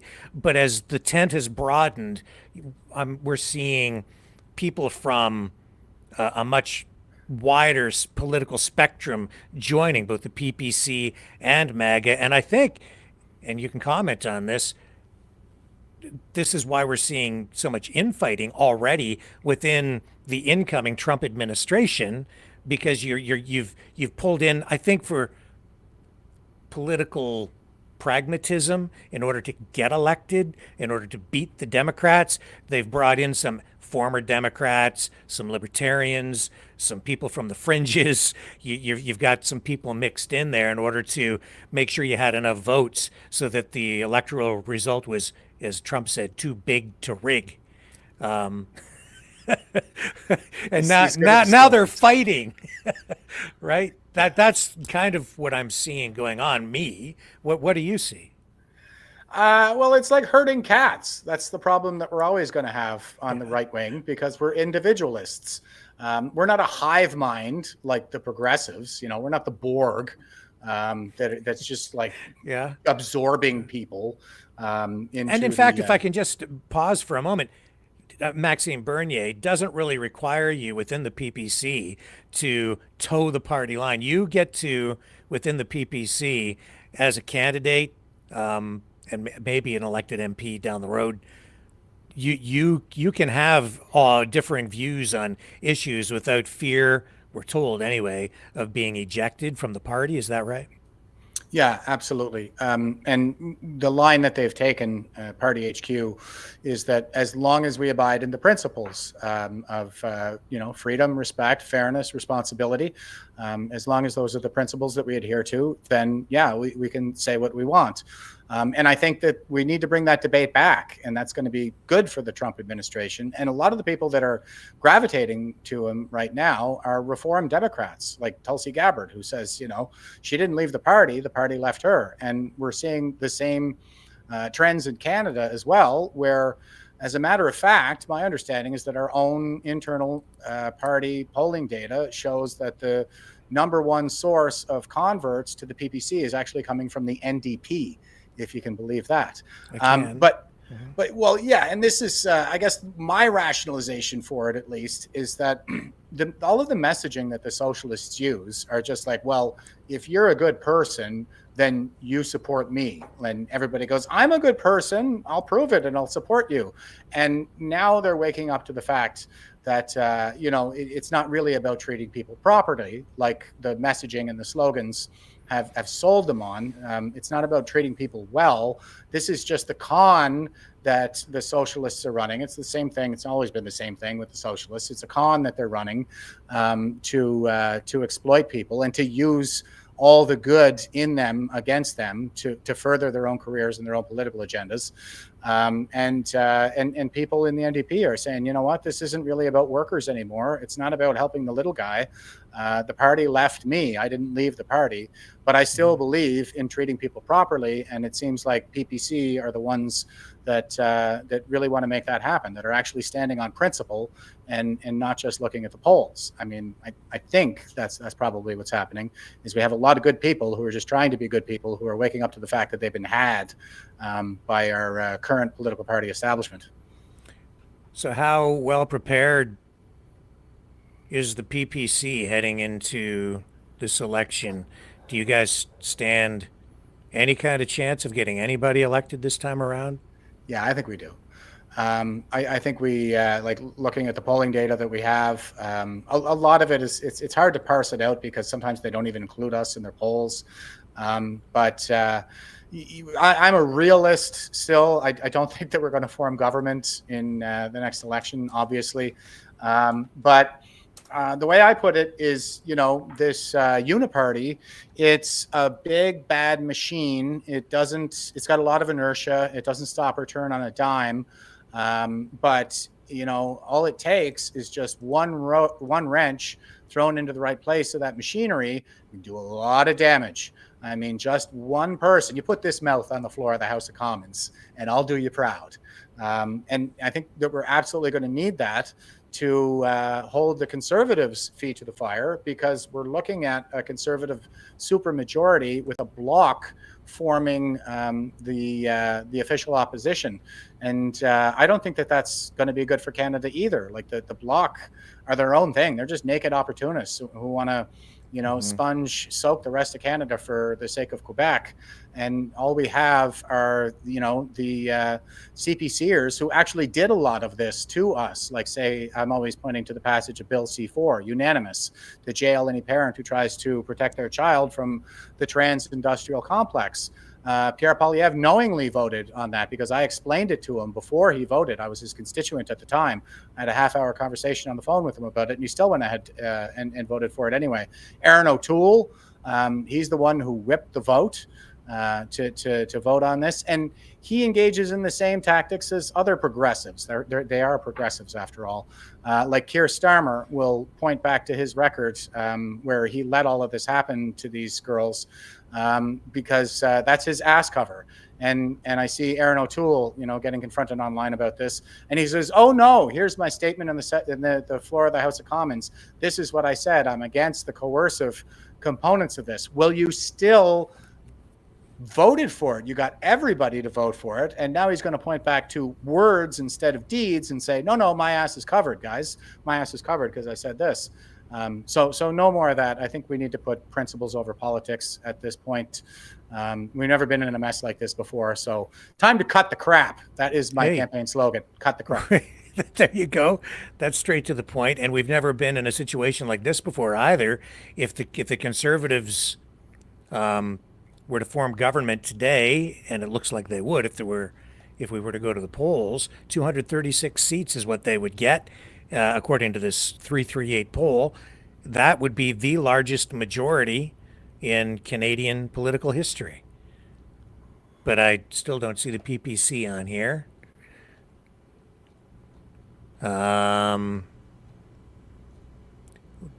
This is. Do you think that the people are voting for the Conservatives or voting against the Liberals?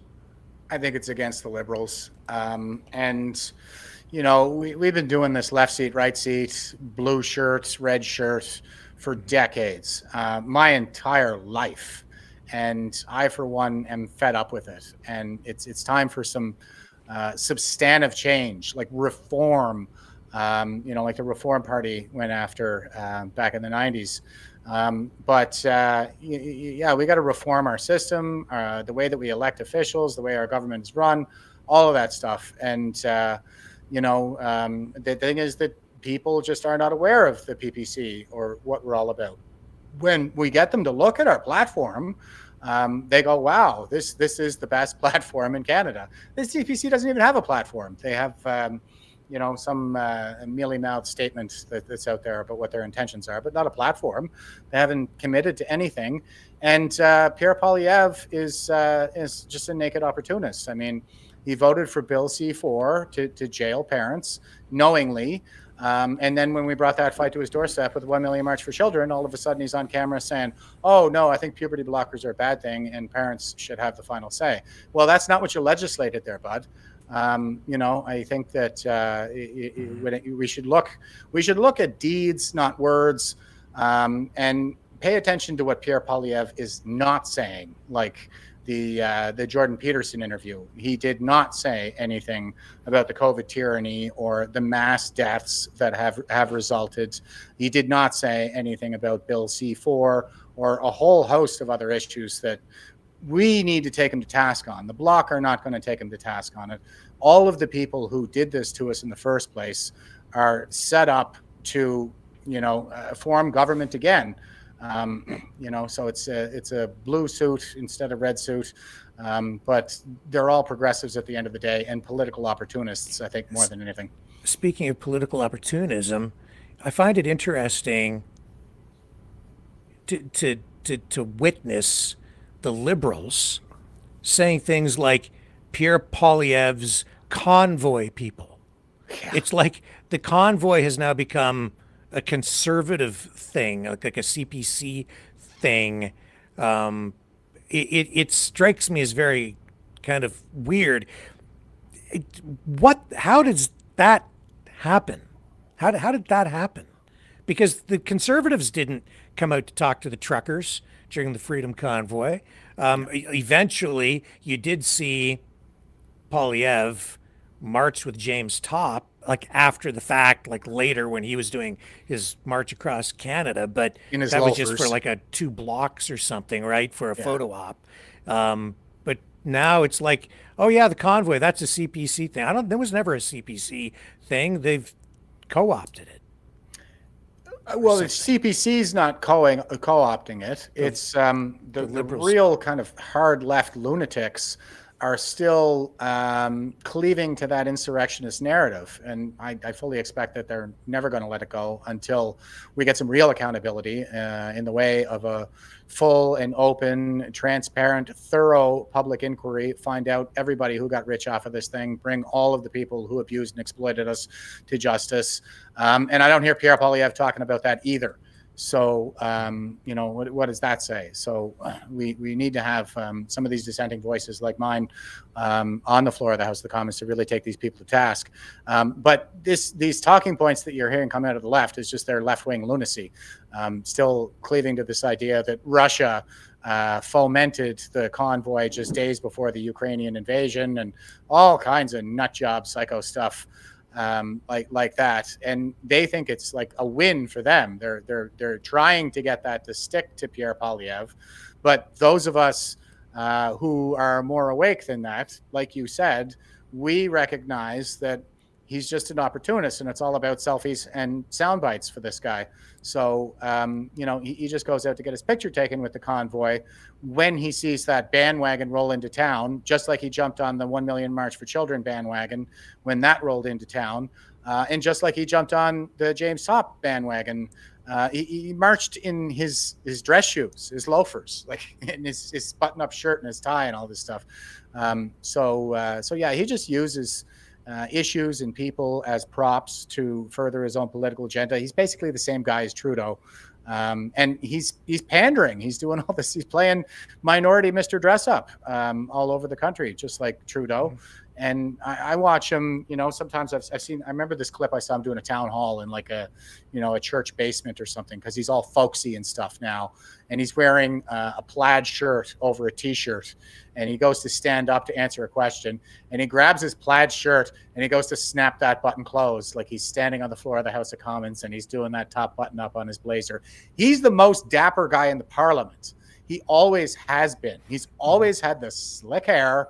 He's always had, the designer glasses, spectacles. He always, adjusts the spectacles before he goes to speak. That's who Pierre Poilievre really is. What he's doing right now is he's being coached. He's an actor. I don't mean just an actor. He's an actor.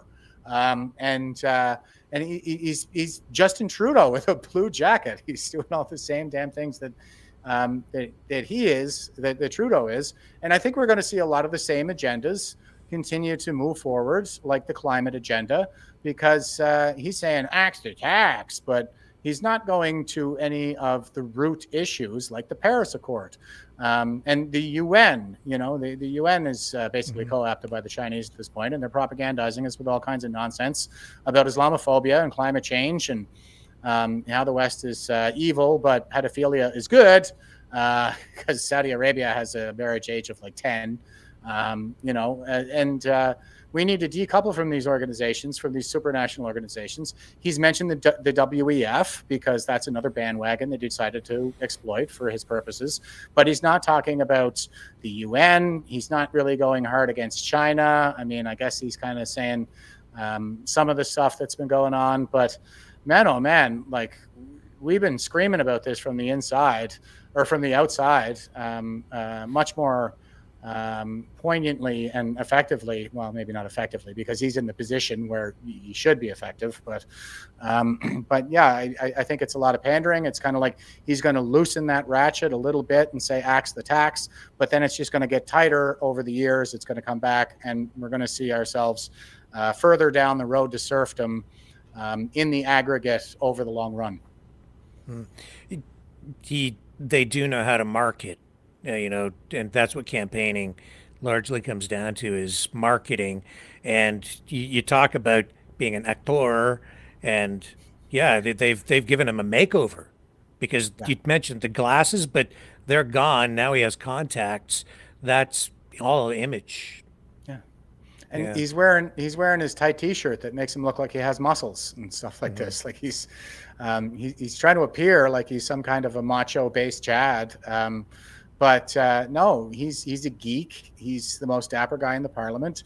He was probably, on the model UN in high school in the debate team. And he's basically the same guy that he was in high school. And he was a ringer, He was brought in from Calgary into a conservative stronghold in Carleton, just outside of Ottawa. That's where the gun range is. And so, he's a made man. Somebody in the Laurentian, Ottawa inner circle brought that guy in, put him in a riding where they knew he was always going to win, and they've been grooming him and developing him for decades now for this moment, for him to be prime minister. So he is a product of the swamp. He's a swamp creature if there ever was one. We're after the people really running the show. We're after his puppet masters. I don't want to see the marionettes on the stage, this kabuki theater that is Canadian politics right now. That's a reference to Japanese theater where they use life-size marionettes, and the puppeteers are actually on stage with them, but they wear a black sentai against a black background. So you can lose yourself in the illusion that these life-size dragon marionettes really are moving on the stage. But those are just the marionettes, and what we're after are the puppet masters that are really running this show. No more puppets, and let's get some genuine people in there, like me. Like I'm going to speak my mind. That's going to be my brand. I'm probably going to say bullshit here and there, even in political speeches. And I think that there is a real appetite for that in Canadian politics right now. People are sick and tired of being pandered to, being manipulated. It's your emotions that they manipulate. That's how you get played. So I'm not going to do that. I'm not going to use all the flowery language and stuff like that. I'm going to get out there. And one of the things the PPC tells us, the candidates, is above all, just be yourself. And I'm like, okay, like I'm a crusty old senior NCO, retired veteran. I got a lot to say. And I have a way with words, but I'm not a politician. I'm more like an ideological warrior. I've been fighting for Canada my whole life, and this just happens to be where the ideological battle space is right now. Like it was in the cultural battle space, and I was an activist wearing my Lest We Forget hat with the less crossed out. Then it moved into the legal battle space. I've been doing, I beat my mask fines. I filed 2 judicial reviews. The first one got shut down on, standing, so it was never heard. Then the next one, Nova Scotia Human Rights Commission, I'm going to have a decision on that this month, so I'm looking forward to seeing that. So I went from the cultural battle space to the legal battle space. Now it's the political battle space. But I'm just a fighter and a warrior. I'm not a practiced and polished professional politician like the paper tiger Pierre Poilievre. I hate those guys. And I'm going to be myself, and I'm just going to show everybody how much different I am than the rest of these fakes. Yeah. I'm going to run this clip of Justin Trudeau, and then you can tell me if you think this is real or fake. Okay, this is fun. Hang on, here we go. All right. Computer's a little sluggish here, but are these real or fake tears? Oh, God. We all knew it was coming, but we hoped it wasn't. And I thought I was going to make it through this, but I'm not. It hurts.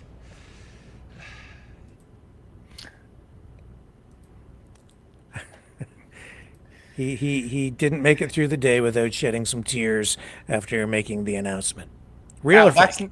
That's not from today, first of all. That was an old clip. And I can't remember what he was faking the tears over on that particular occasion, but everything about this guy is fake. There is nothing authentic about him. He is, the groper feminist, who fires every woman around him. Like every strong woman that's ever been in politics since he came into office has been fired. So that's a feminist for you, ladies. That's what they're just weak men. That's all. You know, I took note yesterday, and I received notice again today of another attempt to put together a convoy, which, I know that you were involved with. I think it's the 25th to the 27th. It was what the poster said. I don't have it handy. And then there was some correspondence, I think, like some comments on it, like, should this thing still go on?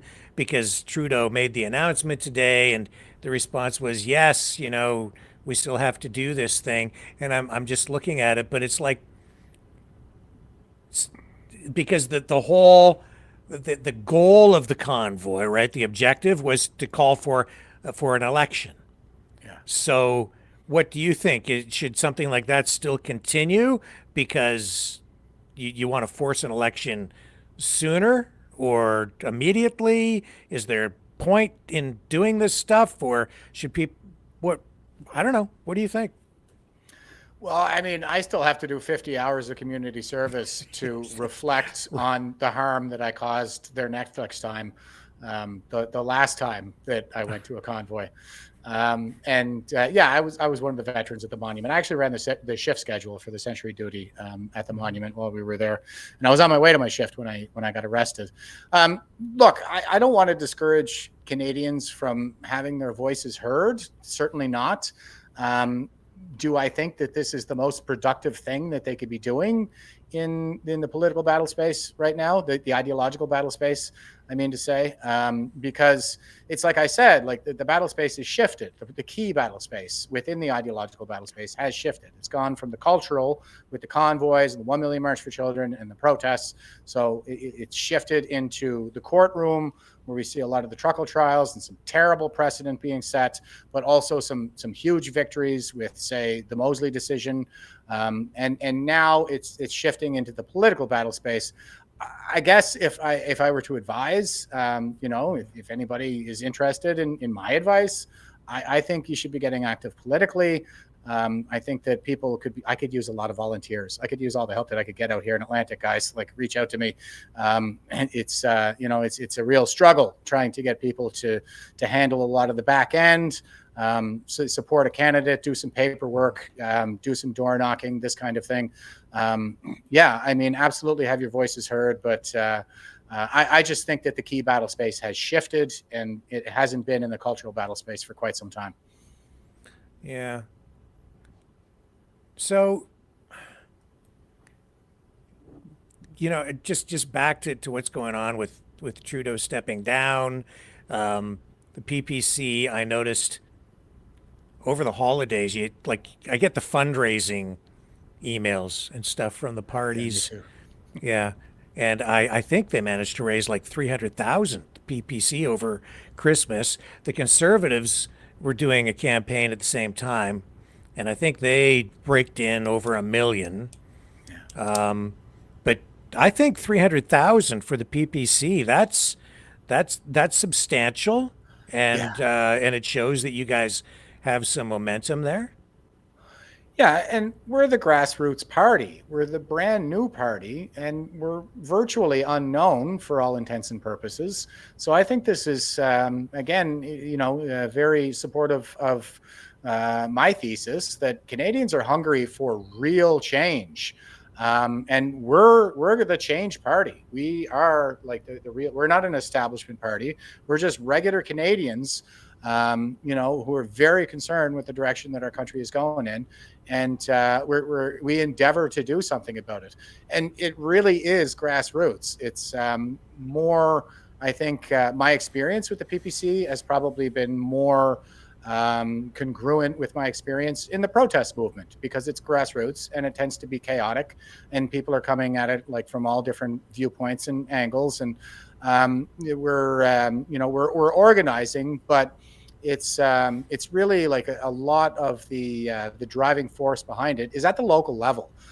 It's not HQ, and it's not the party leader. They're sort of setting the tone and direction, but the heavy lifting and the actual moving of the ball is being done by the candidates and the volunteers that we have, and that is the expectation. That's how HQ and how Maxime Bernier envision the party. Like you said, like we can kind of say whatever we want, even when it discords with what the party leader is saying, and that's healthy for a democracy.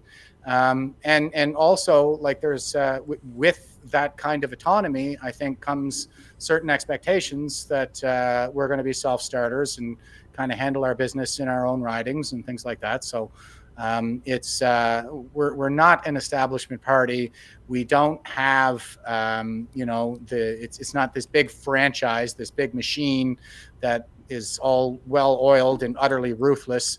We're really just kind of a collection of individuals doing what we think is best for Canada right now. So Trump posted again today that a lot of Canadians love the idea of joining the U.S. And one of the prominent people on the right, although he used to be on the left, Jordan Peterson. Well, here, let me first show you the Trump social media post. He just doesn't quit, this guy. It's like, no. He just doesn't stop. Does it, it's like, oh, that pissed him off. Let's do it again. I love the guy. Here it is. Yeah. He's like, yeah, let's do it again. Where did it go? Oh, there it is there, I think. Yeah, there's Trump's post. He says, many people in Canada love, in capitals, being the 51st state. It's not like become the 51st state. It's like they love being the 51st it's already state. happened. Yeah. The United States can no longer suffer the massive trade deficits and subsidies that Canada needs to stay afloat, which I would argue that's not true. They don't even do that. And Justin, well, they do have a trade deficit with us, but not nearly as much as he says. It's not as much. It's like half, less than half. Justin Trudeau knew this and resigned. It's all because of him. See, He's taking full credit for it. If Canada merged with the U.S., there would be no tariffs. Taxes would go way down, and they would be totally secure from the threat of the Russian and Chinese ships that are constantly surrounding them.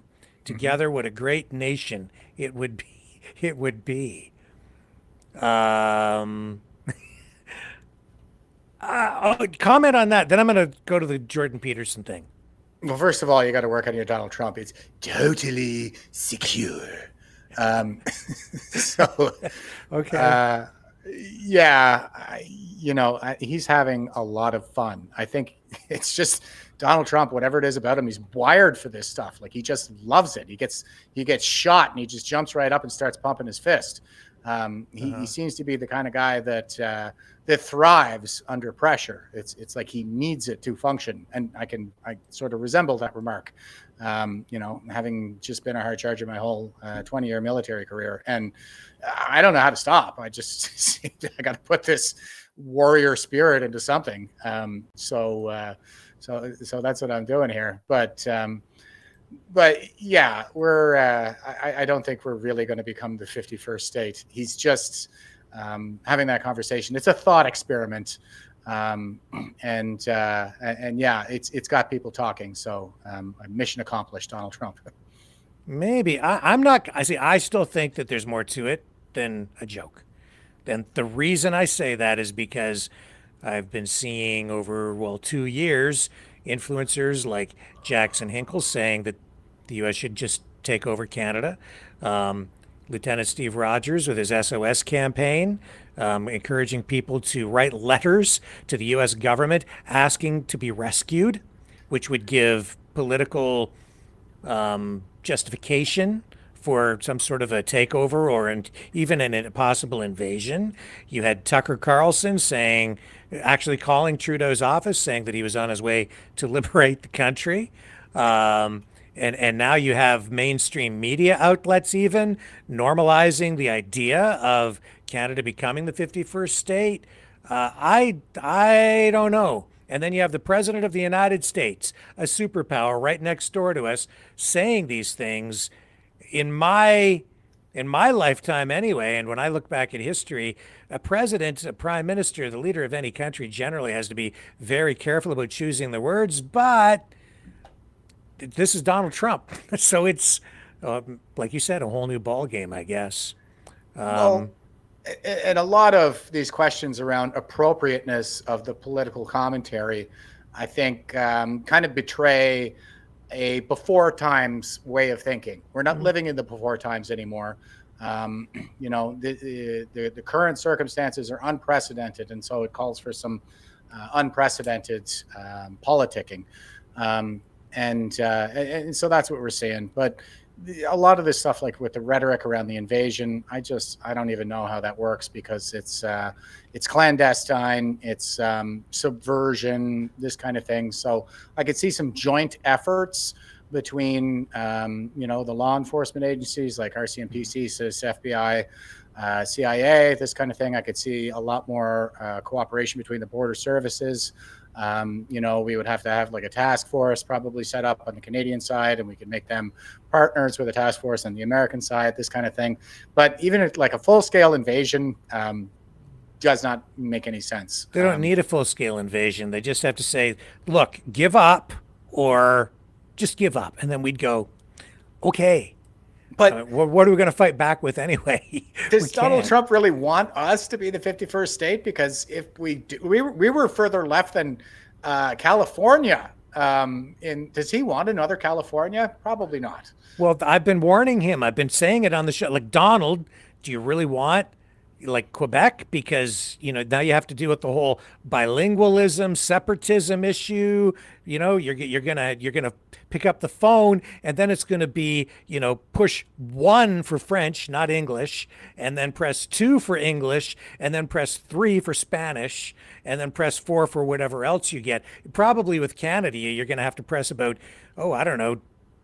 12 or 13 different number combos in order to get the extension you want. And speaking of, shifting and lefty and all of this stuff, here's Jordan Peterson, a guy who used to be a New Democrat on the left, now characterized in media as being some far right guy, and he left the country just recently. He moved to the States, got fed up with Canada, so he didn't wait for Canada to become the 51st state. Now this Canadian professor who's been excommunicated from academia is now living in the United States, and being asked to appear on Piers Morgan to comment about Justin Trudeau, I guess as a Canadian who's not really a Canadian anymore. Everything is just upside down. But here's Jordan Peterson, and then I'll come back to you, Jeff. Well, I watched his resignation speech this morning, and I thought,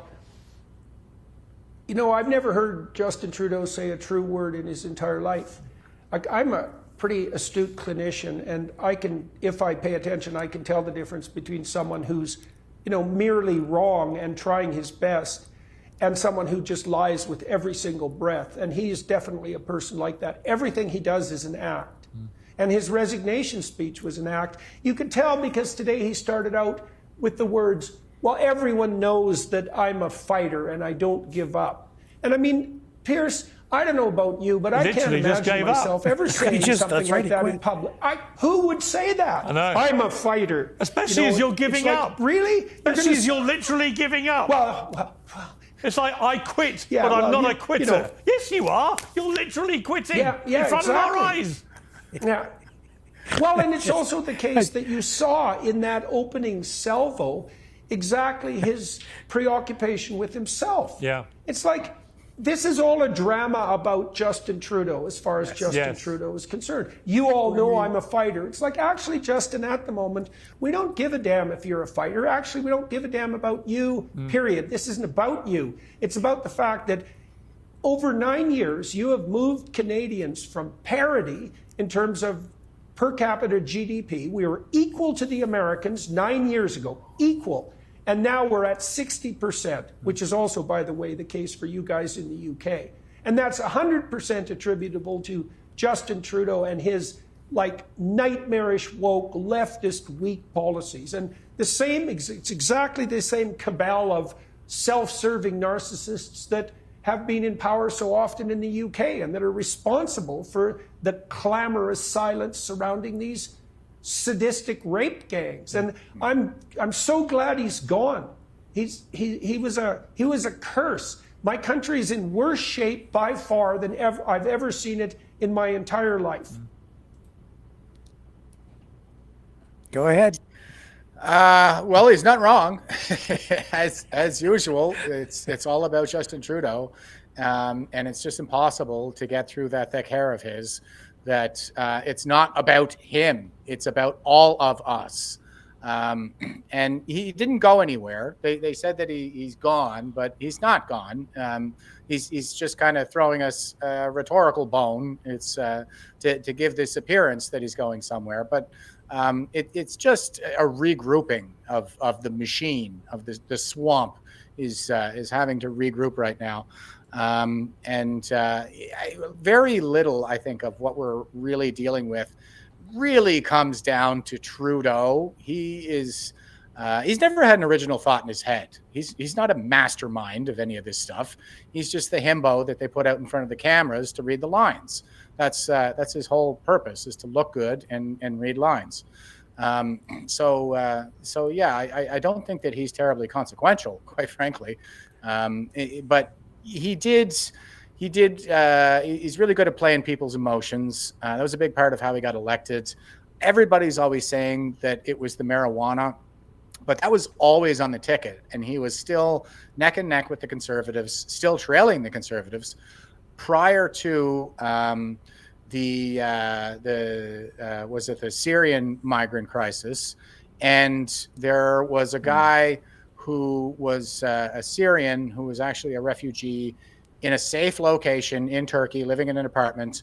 But he also had a human smuggling business where he would transport people in his boat across the Mediterranean. And he decided that he was going to go to Germany with his boat because they had a better dental program there and he wanted new teeth. And in the process of smuggling those humans into Germany, he capsized his boat, his own son drowned, washed up on a beach, and Justin Trudeau stood on the body of that drowned toddler and said, we're better people than the Conservatives. We outbid all of the other parties. We're going to bring in 40,000 Syrian refugees because we care so much. But no, it's not that he cares so much about everybody. He cares so much about those people. He doesn't care about Canadians. He doesn't care about the lesbians who just got swarmed in Halifax by a group of Syrians. He didn't care about the young woman who got raped in the back of a cab in Halifax by her Syrian cabbie. He didn't care about the girl who got groped in the swimming pool in Edmonton by a Syrian migrant. He didn't care about the Asian girl who was raped and murdered at the age of 11 out in BC. So he didn't care enough about those people to make a sound decision for their safety. It's all about pandering. It's all about using people as props to further his political agenda. And he's just a really grotesque. Oh, we froze up there for a moment. I hope that's. I think. Well, we're still. Are you still there? Good. Yep. Good Yeah. now. Okay, we're back. We're back. Yeah. I do remember the images of that Syrian boy on the beach. That was the pivotal moment in that election that cost Stephen Harper the election. You're quite right. The Liberals, Trudeau, they exploited that moment and that the death of that child. The tragedy. They exploit human tragedy like that to virtue signal, and it's grotesque. It's a con. They don't really give a damn about people. Like I just listed off those examples. They don't give a damn who they hurt. That's all they care about is power and furthering their own agendas. And Stephen Harper, I don't think played that one very well. I might as well throw this in there, but he was also pushing the niqab ban. And while I was like, I understand this, like I know where you're coming from here, Stevie, but Canada's just not ready for that conversation, I'm afraid. Mm-hmm. Who do you think is in the front running to replace Trudeau?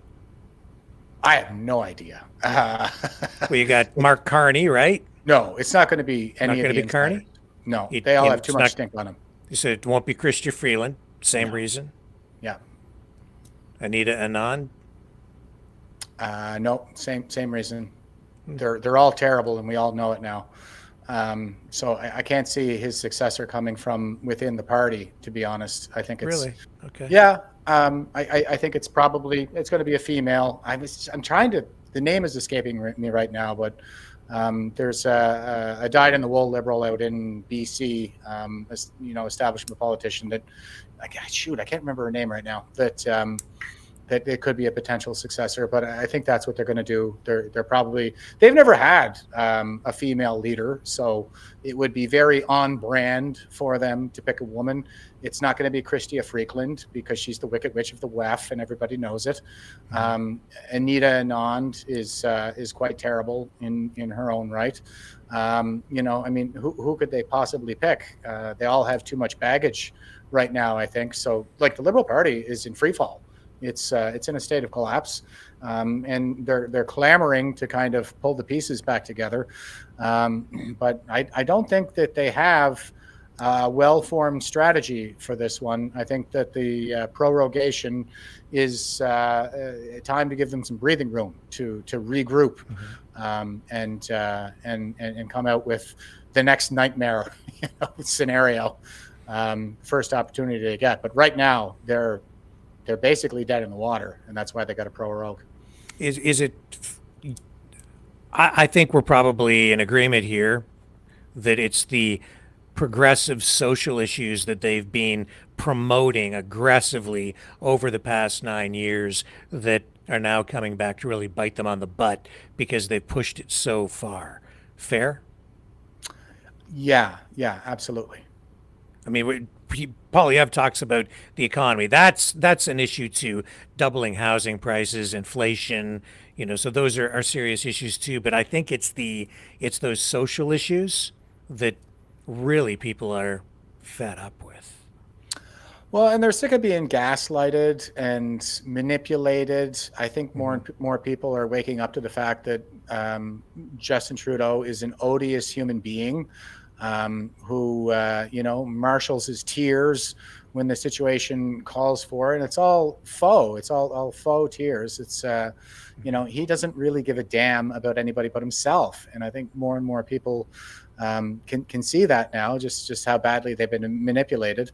And a lot of the things that we weren't able to talk about only a few short years ago, like Maxime Bernier got into the 2019 debate and just got called a racist the whole time for making all the same points that everybody else is making right now.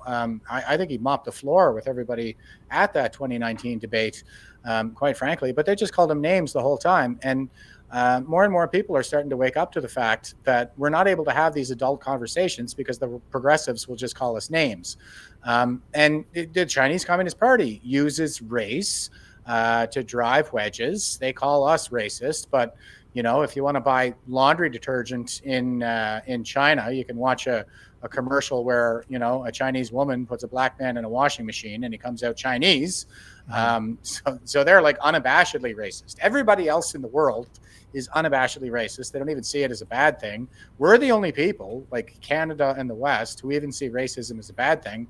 And again, they're just exploiting all the good in us, our desire to be good people. And we're like, and we end up self-censoring. No, I don't want to sound racist. I don't want to be mean to people or anything like this. But there are real threats in the world that need to be addressed, that need to be mitigated. We need a real immigration system. We're calling for a moratorium on immigration in the PPC. I think that's appropriate right now, absolutely. But Pierre Poilievre is talking about reducing immigration levels. So I think, again, that he is another puppet that they're just going to kind of slide in there, maybe dial things back a little bit so we feel some relief for a little while, like, oh, I can breathe a little bit. But over time, it's going to tighten up again, and we're going to see a lot of the same issues, down the road. We're not really preventing anything over the long term. We're probably just slowing the collapse a little bit. But yeah, it's still the same agenda, essentially, just with a different color suit. And what's your view on the issue or the idea of deportations? Oh yeah, round them up. Let's go. I think that if we just cut off the money waterfall, first of all, that'll probably take care of a lot of it. If we just stop paying for their hotels and giving them higher salaries than the average Canadian gets just to sit on their ass and watch TV, that a lot of them will probably self-deport anyway because they're so dependent on these programs. So we just cut the programs that people are quite frankly exploiting and taking advantage of. Then the exploiters and hangers-on will probably just self-deport and go looking for another sucker somewhere else. Like I mentioned before, I do think that we need a joint RCMP CSIS Canadian Armed Forces task force to extirpate the Chinese. Just close the damn embassy. They're running police stations on our soil in support of Operation Fox Hunt, which is a global initiative that the Chinese Communist Party is engaged in to round up ideological dissidents. Anybody who's a problem for their agenda, they're rounding them up. Another part of this too, I think a big part of this, like the way we should be thinking strategically, long term, not just in terms of the next election, but it's mostly about weathering the storm. This is a global crisis, and there are going to be empires falling all over the world. China, I think, is going to be one of them. They are extremely unstable economically in terms of their population. The population collapse is real. It's everywhere. It's another constituent of the fourth turning. The Japanese, it looked like they were going to go out Japanese, but now it looks like they're saying, no, actually, we want to keep this country going. So they're opening up to some immigration. It is kind of necessary because we didn't have population replacement birth rates for so long, and we need young people to support the aging population for the boomer generation when they retire. So that's a big driver, a key selling point in, say, the UN Compact for replacement migration. That's what they say is that it's to replace workers and things like that. So, but a lot of it too, I want to know what the heck is going on with the Canada Pension Plan. It's very opaque. But they have over $1 trillion in unfunded liabilities right now, and they don't put that in the report to Parliament. And it relies on not just contributions, but it's an investment firm. It's a multinational investment firm with headquarters in Hong Kong, in Sydney, Australia, you name it. And I want to know how much money they're making off of sexually butchering kids into pharmacological livestock here in Canada. I want to know how much they're making off of the Ukraine war.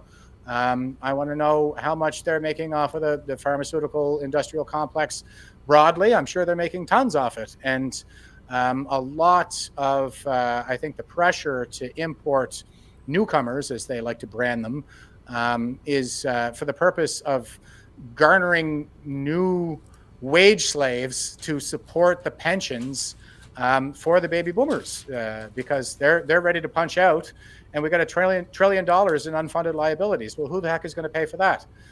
It's not the younger generations, because there aren't enough of us. So I think that some of the thinking, one of the factors in that's really selling people on the replacement migration is probably the solvency of the Canada Pension Plan. But I can't say for sure, because it's so opaque that they don't even put their unfunded liabilities in the report to Parliament. I don't know. I'm gonna look. I'm gonna start digging to see if I can get some answers to some of those questions. Yeah, let me know what you find out. Probably not much. It looks like a Ponzi scheme to me, but you can't even see their investments, so who knows? Yeah, I don't know. I see a lot of. Well, I don't know. I'm gonna reserve comment until I can get some hard numbers. Hopefully, I'm gonna look. You piqued my interest now. The reason you piqued my interest is because there was about a week ago, somebody sent me a long clip from a committee hearing about federal employees, their pension plan, and the way that the surplus funds from the managed investments are being used. And they made it look like the federal government was stealing several $1 billion from the people. But in reality, that's not the way it works at all. So it was very misleading what was put online.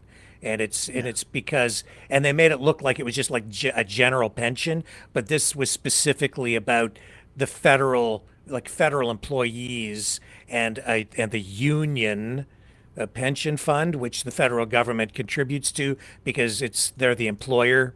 And there was just, in fact, the problem was that they just had so much money that there's a huge surplus above and beyond what is required to be in the fund, even for a buffer in case of a downturn in the stock market or the investments. Anyway, it's a long story, but it was not what it appeared to be at all. When I was sort of familiar with the story from before, from years ago. Anyway, well, I'll get into it maybe another night. You've just got me curious now about the CPP. So anyway, yeah. We're kind of getting near the end of the evening here. Jeff, do you have any final thoughts or anything you want to say to kind of bring us to a conclusion? I think we covered a lot of ground here, Rick. It's always a pleasure talking to you, and I appreciate the opportunity to just get some of these ideas out there. Like I said, I'm with the PPC because we need a right wing in Canada, and they call us far right because we've been right so far. So we're going to get called names. They're going to smear and tar and feather us as much as possible. I think for me, I'm going to be a little more Trumpian in my approach, and just kind of fire back at them, put them on their heels, put them in the hot seat. They want to make it about you as an individual and what a terrible person you are.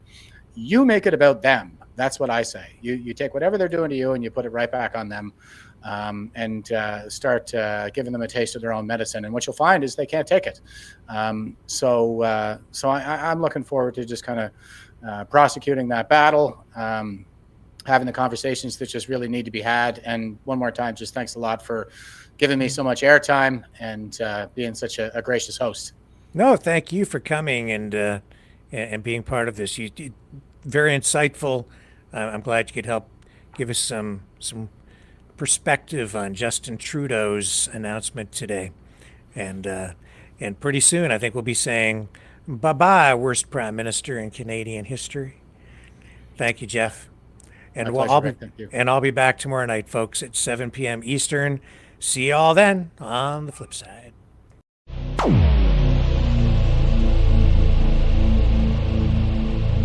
This has been a Maverick Multimedia production.